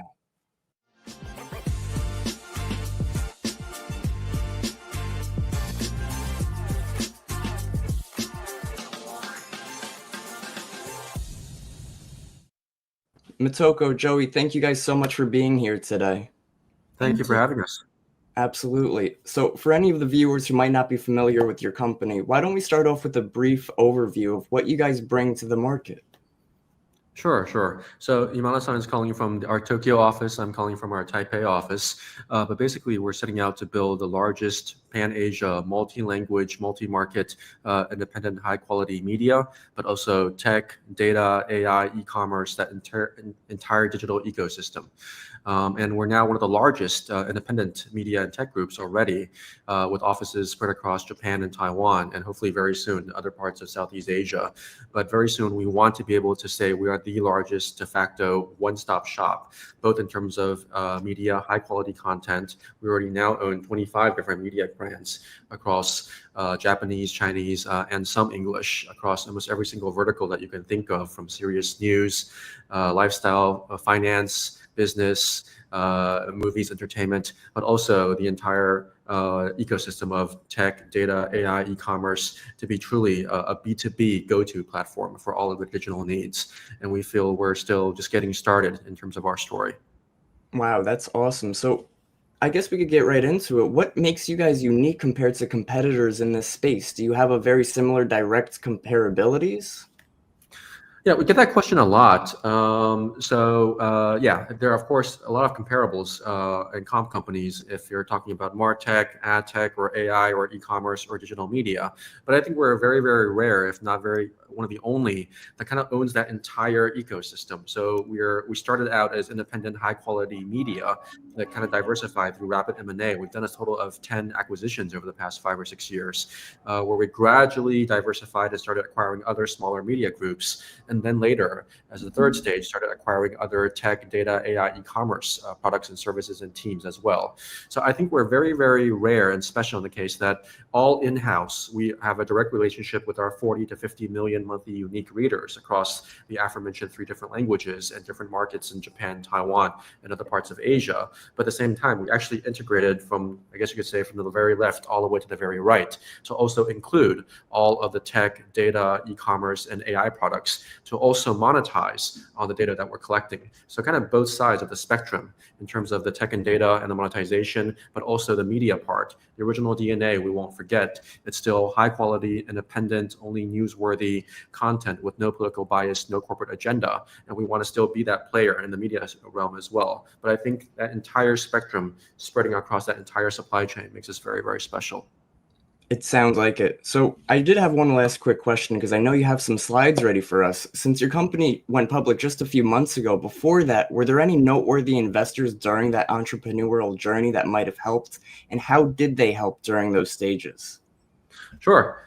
So, both on the Japan and the Taiwan side, for example, as a private company on the Japan side, Isudan, the mall brand, Shiseido, the consumer goods company, and Mizuho, the Japanese institutional bank, were one of their large and early investors.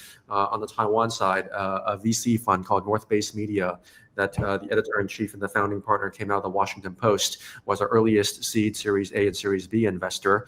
500 Global from Silicon Valley was our Series A. Steve Chen, the founder of YouTube, Kevin Lin, the founder of Twitch, were our angel investors. And Tim Draper from his Draper Fund was our Series D investor. So it kind of, in terms of what stage they came in, there was the media part initially, and then gradually as we kind of diversified into becoming a tech and data group, more and more of, YouTube, Twitch, and then later stage institutional companies kind of came in.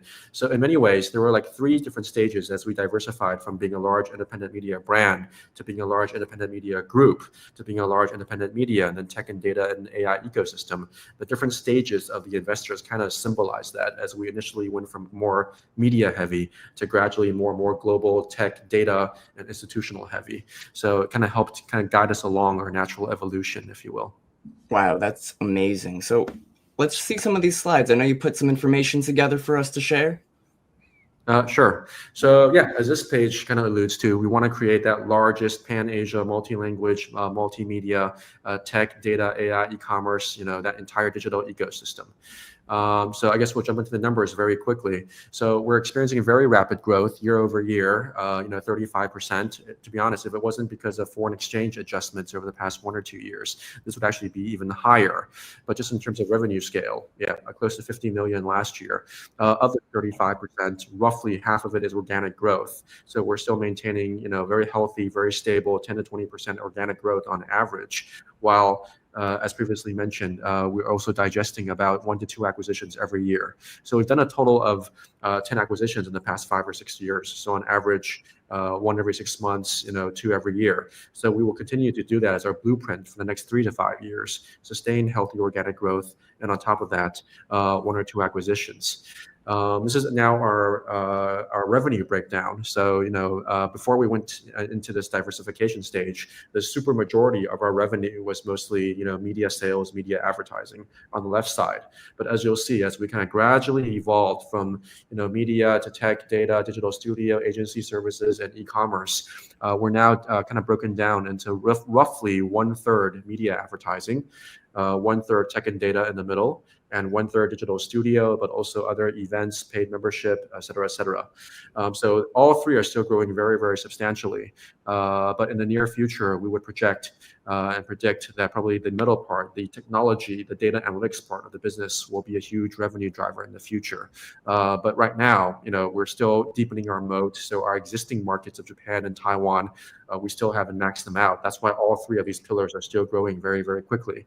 But as we diversify more and more, and as the sales team becomes more and more integrated into a fully, one-stop shop, they of course will be funneling more of the sales and products and packages and budgets into the middle part of the business. Higher margins, more automated, more EBITDA, more AI for synergies and efficiency. So the middle part of the business, the tech and data, will be a huge chunk of our growth driver in the near future.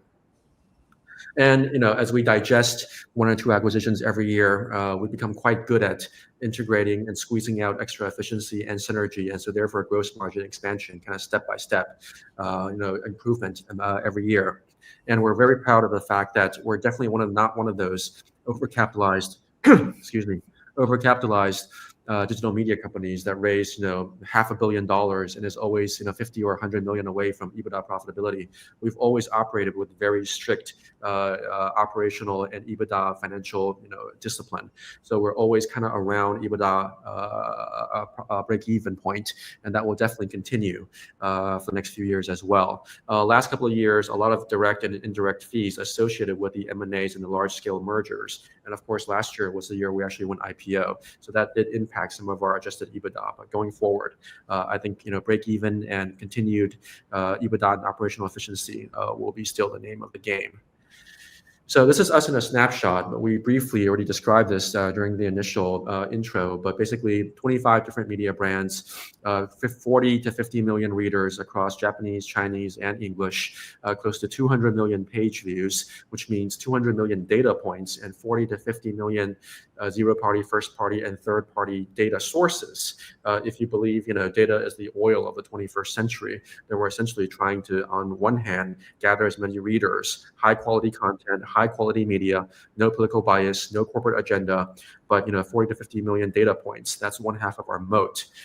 50 million revenue scale, and again, the offices across Tokyo, Kyoto, Taipei, and soon to be other parts of Asia as well. And again, on the right side, data is what truly kind of unites everything. We have all the different media brands on top, but we have all the data, tech, AI, and the engineering teams to kind of continue building that snowball effect, being that one-stop shop for all of our future clients' needs. So yeah, at our scale, we're already one of the largest digital media groups in Asia. And as you can see on the bottom left side, we're already getting increasingly similar to scale with global players. And on the right side, Japan, Taiwan, Southeast Asia, US is actually some of our largest markets where there's a strong overseas Asian population, and usually 15 to 60 highly educated, high consumption power kind of future decision makers, if you will. In our home markets, anywhere between 40 to almost 70% of the population, the digital population, is already one of our readers. They may not know it yet, since it's spread across 25 different media verticals, like 25 different trees. But the data is fully integrated. Again, that allows us to package larger and larger tech, data, AI, e-commerce, and media sales all together. And Southeast Asia, US, overseas markets will be a huge point for us going forward. Basically a who's who of all of the large multinationals that want to enter into Asia, or large, for example, Japanese companies that want to spread across Asia with us, or large Southeast Asian or Taiwanese companies that want to spread into the Japan market with us as well. This is how our 25 media brands are broken down, but as previously mentioned, across almost every single vertical, across serious news, finance, for example, Business Insider, Digiday, Gizmodo Japan is one of our flagship brands, but also all the lifestyle, food, entertainment brands to really provide that 360 surround of all of our target audience's content. And again, hopefully in the future acquisitions, we will continue to expand this. More content, more readers, more data sources. That kind of creates that positive flywheel. This is how everything kind of fits together. So that entire data puzzle, if you will. So we started, again, the original DNA was media, but over the past 3 or 4 years, we've diversified to basically include everything on the surrounding areas as well. So again, anything that unites everything in terms of monetization, R&D, data products, that makes sense to be integrated into data sources in terms of zero, first party, and third party data. We're building out that supply chain and trying to finish out this puzzle as we speak. So truly, in many ways, we're just kind of touching the tip of the iceberg. And Asia is one of the perfect markets for this kind of consolidation. Japan, Taiwan, Southeast Asia, Vietnam, Indonesia, Singapore. We've only truly started. Going into Southeast Asia is our next stage, maybe even as far away as India. But in terms of the audience size, young people, digital generation, more and more affluent and digital savvy, huge marketing size, marketing budget market for that. And of course, a huge total value in terms of Asia that we just started to touch the initial, 1 or 2 or just 5%. So truly very, very high potential going forward in the next few years. And as mentioned, we've successfully done 10 acquisitions over the past 5 or 6 years. All of the founders are still with us. So we have a very, I think by now, an SOP way of how to copy and paste this M&A process. Initially, half of the other acquisitions, the early acquisitions were other media groups as we built our readership from 5, 10, 20, 30, and now 40 to 50 million. Again, 40 to 50 million data sources. And the other second half of the acquisitions were other tech, data, AI, or e-commerce companies to monetize on the data that we're gathering. So in many ways, it's meant to grow hand in hand. Every year, more and more readers, more and more high-quality media, servicing them with valuable content, creating that stickiness for other tech and data products to be able to monetize and create that positive flywheel. Wow. So I did have a quick question on that, Joey, since you mentioned it. Since M&A roll-up strategy seems to be very important for the group, could you give us an example of 1 or 2 perfect target profile companies that the company might typically consider? Sure. We're actually talking to some of them as we speak. If you want to continue doing 2 every year, then we're always having late-stage negotiations or due diligence. Ideally, for example, it would be a large Southeast Asia media group. Ideally, they already have existing eyeballs and data sources of anywhere between 10, 30 to 50 million. So existing media influence already. But for whatever reason, they might be missing the tech, data, AI, or content commerce, e-commerce products that the Japan and the Taiwan side spent the last 3 to 5 years building already. So that would be the perfect arbitrage in many ways, where you're picking up a relatively lower ARPU company since they're missing all the tech and data monetization products at a lower cost. While at the same time, once you integrate them, we immediately send our engineering teams or our sales team to give them the tech and data or content commerce monetization products. So you immediately, hopefully, increase their ARPU, increase their margins, increase their automated products, and that's reflected in both the relatively lower price, but also in the public markets valuation once that's fully integrated. And you're kind of able to kind of copy and paste that to each market as you go. Again, it's meant to grow hand in hand. Wow. So in terms of end result, what would you say is the company's near-term goals? And can you describe what you believe is its full potential in the long term? Yeah, so I think, like you alluded to, we just went IPO a few months ago. So near term is to truly get our story out there, to allow people to know who we are, to see, Imano-san in my face, that, we're a true, serious company. We're already of a certain scale in Asia, and we're already one of the largest digital media, tech, and data stories in Asia. But, the US or, international public markets may not necessarily know that. It's the first time that they're seeing our face. So for the next few months, it's truly getting our story out there, like, interviews like this, allowing them to understand who we are, understand that overall context, and truly get our revenue multiple, our stock price point up to reflecting its true value and its true potential. So that allows us to have more of a war chest to continue doing the next acquisition, the next expansion, and finishing that Asia story as fast as possible. I would say in the long term, everything that we just mentioned, finishing the Asia story, but at the same time, really growing the middle tech data part and diversifying into other industries, other services that are not bottlenecked or pigeonholed just by page views or traffic or all of the traditional media company burdens or problems, as we go into more and more other tech and data services by leveraging the 40, 60, 80 million monthly uniques that we will one day have and grow simultaneously. I think that's very, very exciting to truly reach that potential of being the largest digital tech and media kind of one-stop shop. Is that actual, far away, but hopefully very, very soon, ideal end goal. Wow, that's amazing and beyond exciting. I'm really looking forward to see what you and your company have in store for us. Thank you. Thank you. Thank you. Absolutely. Did you guys have any other slides of information to cover? Sure. Yeah, one final slide, but just to kind of prove that, over the past 2 or 3 years, we're, I think, very, very rare in the sense that, substantial organic growth, substantial acquisitions over the past 5 or 6 years, but at the same time, always with a clear eye on operational profitability and adjusted EBITDA break even. And again, we're getting closer and closer, and that will continue for the next few years as well. So basically, financial discipline. Wow. Very exciting stuff. Motoko, Joey, it's been phenomenal. So great having you guys on today. Thank you so much for sharing education and what your company offers. Thank you so much. Thank you. Thanks Absolutely. so much. It's been a pleasure. Guys, Motoko and Joey, co-founders of TNL Media Gene, ticker on NASDAQ is TNMG. That's All Access. Have a great day. Hit that like and subscribe, and I'll see you guys next time.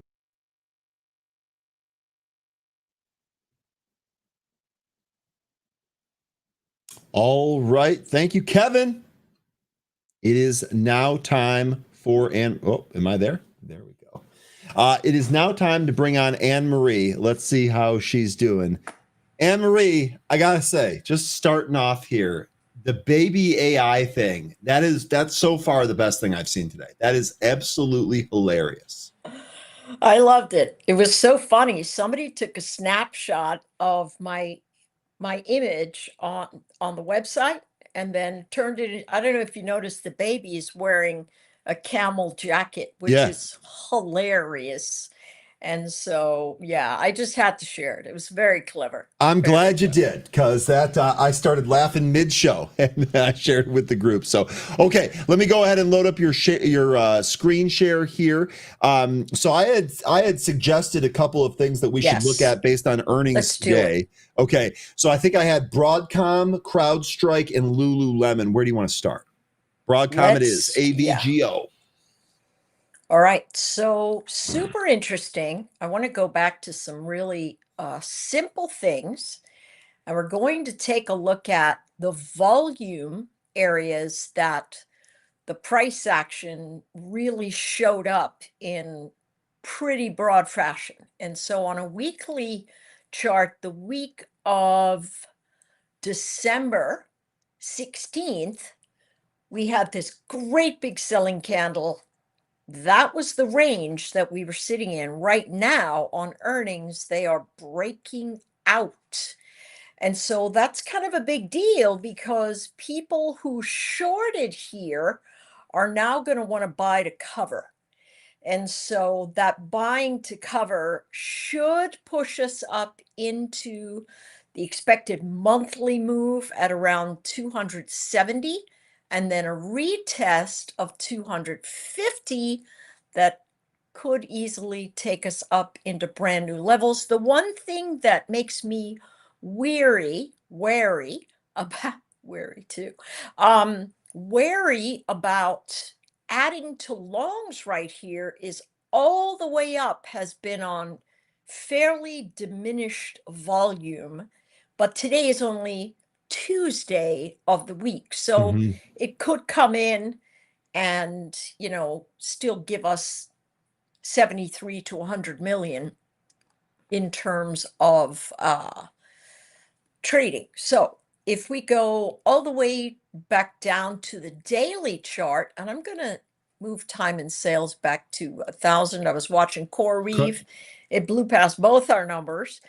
Incredible. It did start to pull back a little bit here. So we're actually off $4 from the highs. Can't remember the last time I said that. Yeah, insane. So now on the daily chart, we have a recovery volume candle that really showed us a breakout area at around 229, and then a series of higher lows. Volume cresting up into earnings, but giving back just a little bit. My thought would be wait on this price action to pull back and then go long again. So the question might be, well, how do we do that? Whenever we do that, it's a little bit more expensive. So the better bet is to say, hey, listen, let's look at a butterfly formation, but let's move it out into later spaces. So we could look at a butterfly. Full disclosure, I have the short iron condor, 270 to 280, because that was the implied vol move from the option chains. And so this one is holding very nicely. I'm going to keep holding it into the end of June. Now, here's a couple of things that we can look at. I wouldn't want to do any puts right now because it is blazing to the north. And so let's take a look at July. And then this is going to be a patience event for us. My word, I just hit July 3rd. I don't want July 3rd. I want July 18. Now, the market makers are saying we have $35 of a potential move from where it sits right now, which is 256. So a $35 move to the upside puts us at about 290, Mm-hmm. which is well above the general expected framework of around 270. It sort of blew out this morning just a little bit. So we'll have to see how that's accommodating price action itself.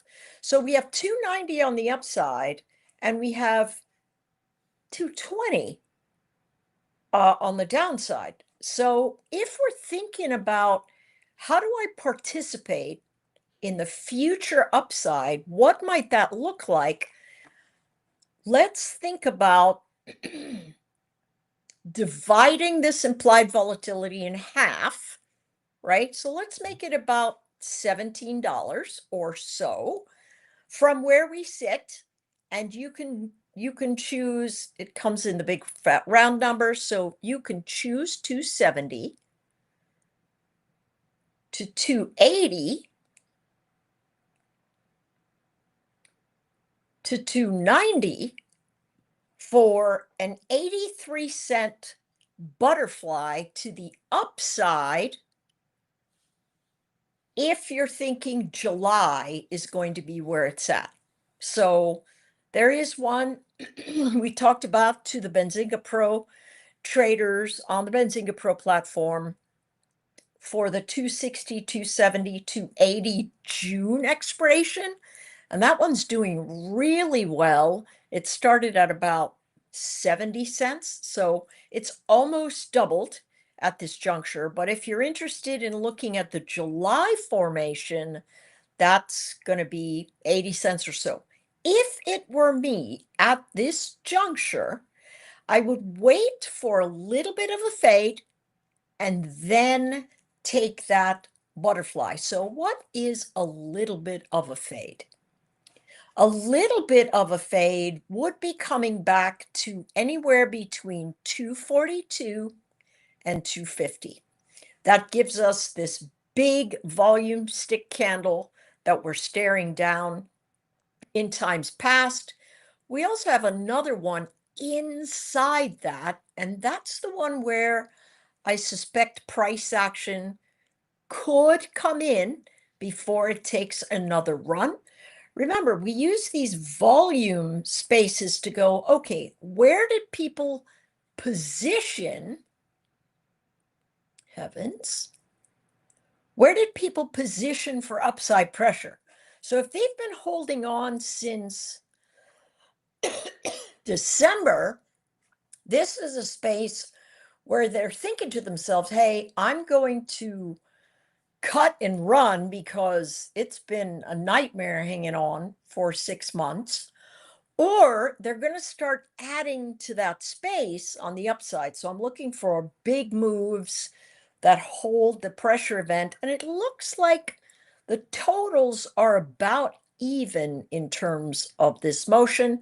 So it really could just continue to clip to the upside. These are incredible moves off of the lows, just really incredible, which is my thought. Hey, listen, at some point, the buyers are going to go, I think I'm going to go smaller size on the way up. I think I'm going to trim. And then sellers are going to pile in saying this has run far enough. So if the sellers pile in too early, there we go, up to 270. If the buyers pile in too late, they're going to exhaust up at that move. So I would say it's a good trade, but you could get it cheaper waiting. So the question might be, well, what do I want to do there? You could buy one now if you've got the itchy trigger finger, and then wait until it comes back to about 60 cents and just enjoy the ride to the north. Okay. I shared a comment earlier from Adam Turnquist from LPL Financial. He said, quote, there's a growing list of technical evidence that suggests this recovery is real and not a bull trap or a bear market rally. I thought that was interesting because you were just highlighting what a move this stock and other stocks, frankly, have made off that recent low. So looks like technically things are shaping up here for maybe even more. So maybe this will clip higher, like you just said there. Okay, absolutely. broad participation is definitely something to pay attention to. No And question. we are seeing it. No question. Okay, what do you want to do next? That's Broadcom You AVGO. pick it. You All right, I pick think it. we should do Lulu. Oh, you know what? Let's do CrowdStrike first because I think they report tonight. Ooh, And then nice. let's do Lulu after that. Perfect. Okay, so here's CrowdStrike. A couple of different ways to play it. Let's first look at the chart. So this beast, look at this thing. I've got the last time we had a big volume candle here is this short volume candle. A lot of traders piled in this area at around 403. And so it was a really nice short into the old area of selling support. And it stopped just shy of it at the big fat round number of 300, took off again. Is it likely this one gets to 500? Absolutely. Absolutely. That's a really big number. Not a lot of trading going on today at this juncture with size, but one thing I've noticed is that these run-ups into earnings for very strong stocks, they just keep running up. And so if you want to take that space, let's go to a 4-hour chart to see if there's a move that we can see that the price action should hold to the upside if it's going. And that number is $473. So it's only about $10 away from where we sit. If we do a wave, swing low to swing high,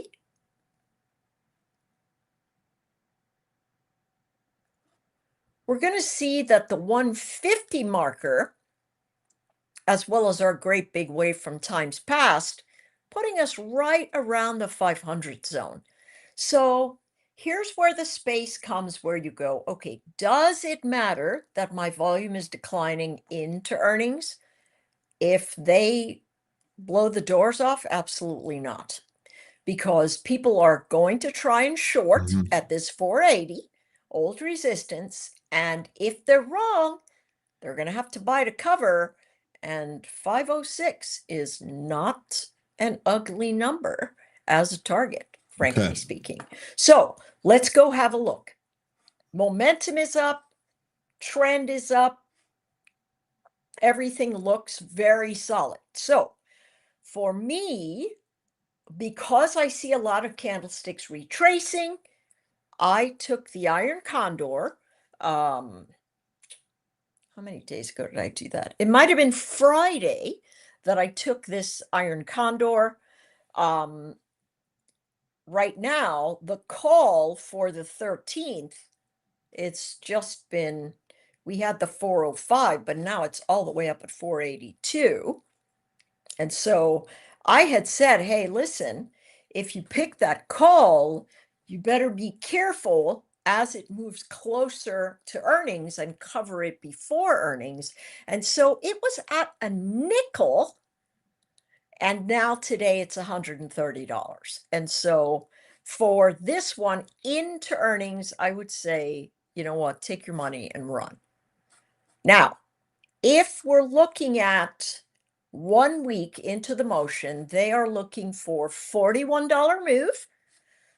The current price is $482, so $41 move is what, $523 or something like that? So that's the high end. I would put that as the middle strike. If you're looking for, hey, can I make an earnings trade just specific to the spike?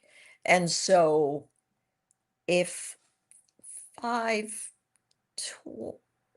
what was that, 520? 520. Yeah, it was 523, but 520 is probably going to be the closest you get there.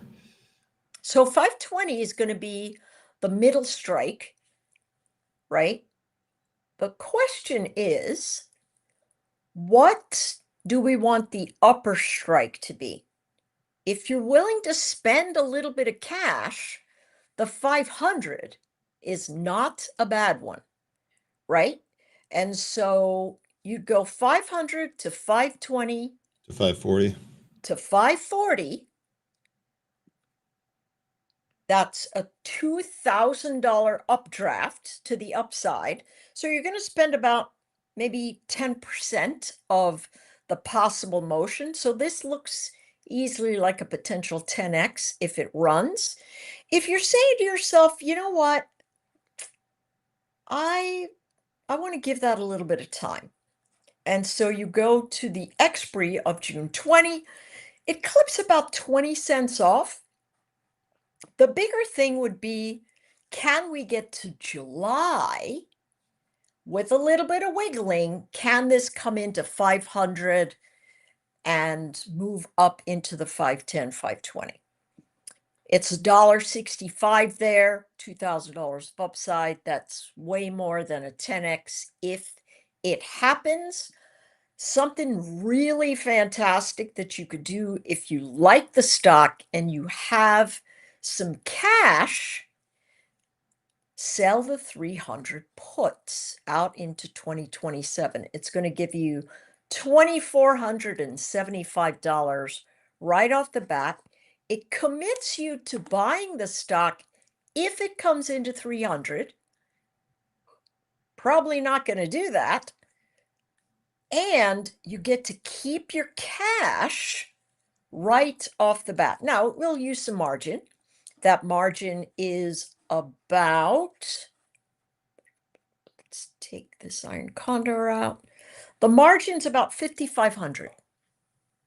So that would mean when the stock gets to, oh, I don't know, maybe 305 or so, that would be where you would say, you know what, I probably ought to roll this contract, or I probably ought to just cover it.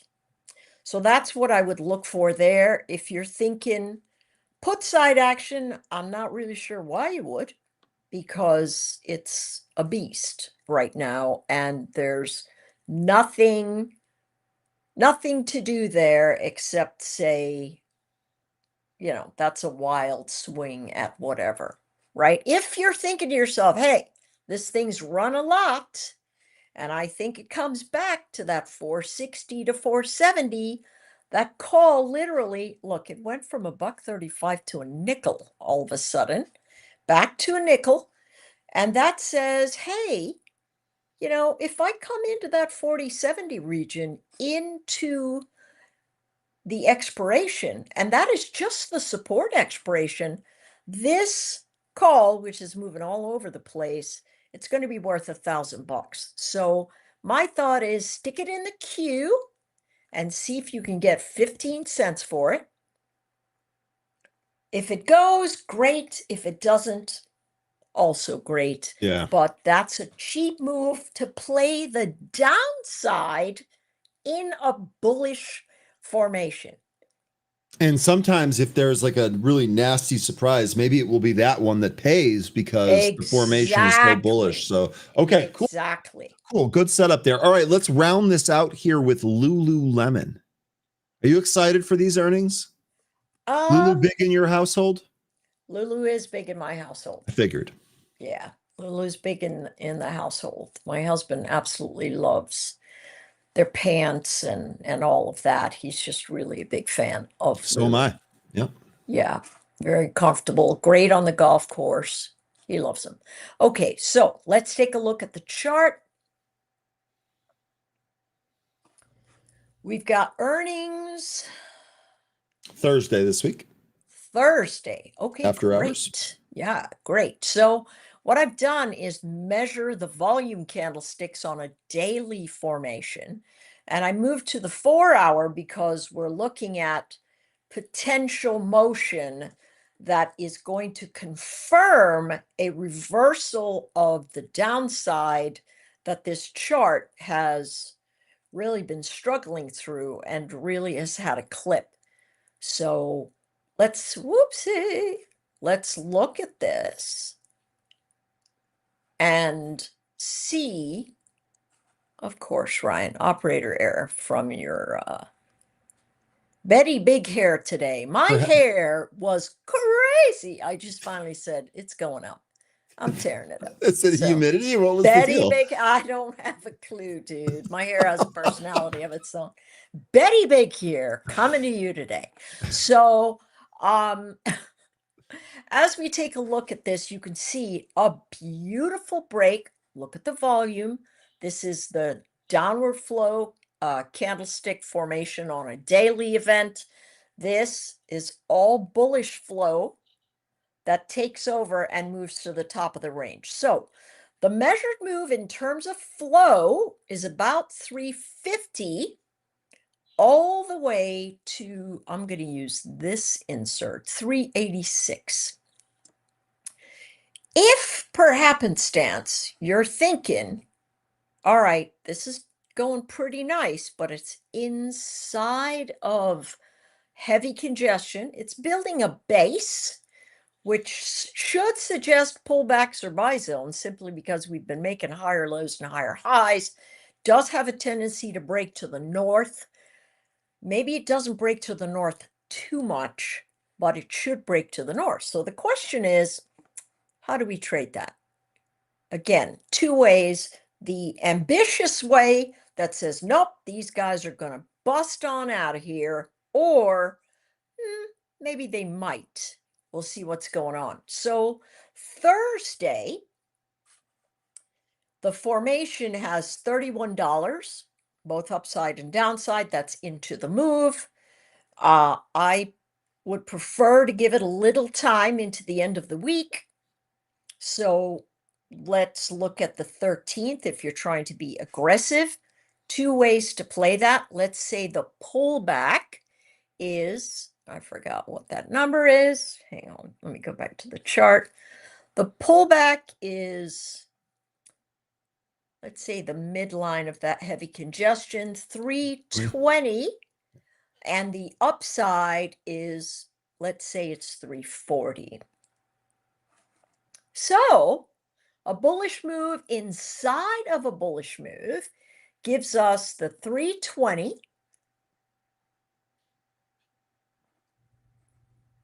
to 340 to 360. Okay, so pretty expensive from that perspective. It's got $2,000 of upside. So there's about, 8.5x, something like that, if it stalls out at that 240 area. So if we build it using the measured moves given to us by implied volatility, again, we want to break that in half. So it gives us $17 to the upside,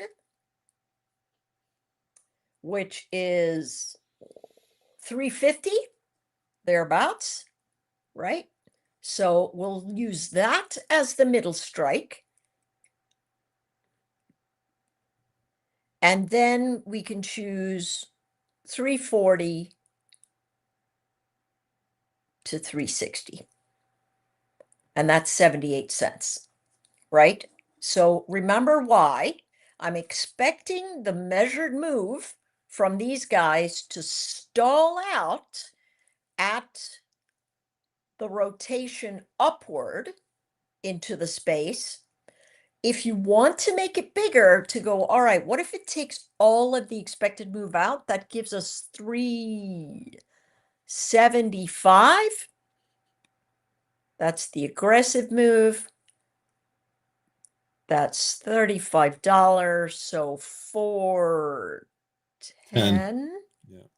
Thank you, math guy. Here's 4. Good gravy.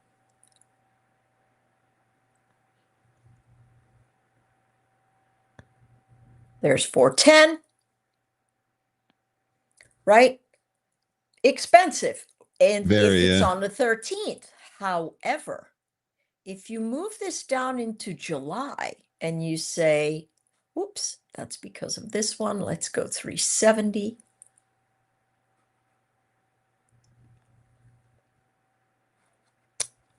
And you can tighten it up a little bit. Yeah. Saying 350, the big round number. I think I like that one for 78 cents the best. Yes. I think there's such a good risk to reward. Yes. Yes, absolutely. 350. What was the one for 78 cents again? It's inside the money, yeah? No. Yeah, and it was the weekly. So you had the weekly contract there as that middle strike. Okay. 400. This one in July from 350 That's not to bad either. 370 to 400. It has a little bit of risk attached to it because the spread is so wide. It's $10 more on the downside, so it's got $990 of risk if you want to take it. If you think it stops shy of 400, you pay maybe $1 more. Let's see. All the way up at $2. So, which was the one that I had? It was 3. Man, I forgot. I think you had 340, 375 for 35, right? Because that was the implied move, and then 35 on top of that. That's what I thought. That's yeah. Sorry, I'll have to go back and rewind. Yeah, it's okay. Me too. To see. Yeah. I see. I know I should always take screenshots of these, but anyway, we still accomplished our goal here. Three trade setups here for 3 stocks reporting earnings here. CrowdStrike's going to be our first one. Broadcom and Lulu happen on Thursday. So, okay, Anne-Marie, as Zach is saying here, excellent insights. Thank you. Thank you so much. And thank you for the laugh early. That's always important. My pleasure. My pleasure. Right. Anne-Marie, we're going to see you on Friday, okay? And we'll also see you tonight. We'll have a fun webinar here tonight. We'll make sure that's fun. Nice little macro overview. All right, folks. Anne-Marie Band. Anne-Marie, have a great one. We'll catch up with you next time. Thanks so much. All right, folks. Really good stuff here today. We got through another Tuesday. I've got Paul Meeks coming up here next, so stay tuned. I'm going to send you over there. Stay green, stay safe, stay focused. We'll see you again tomorrow.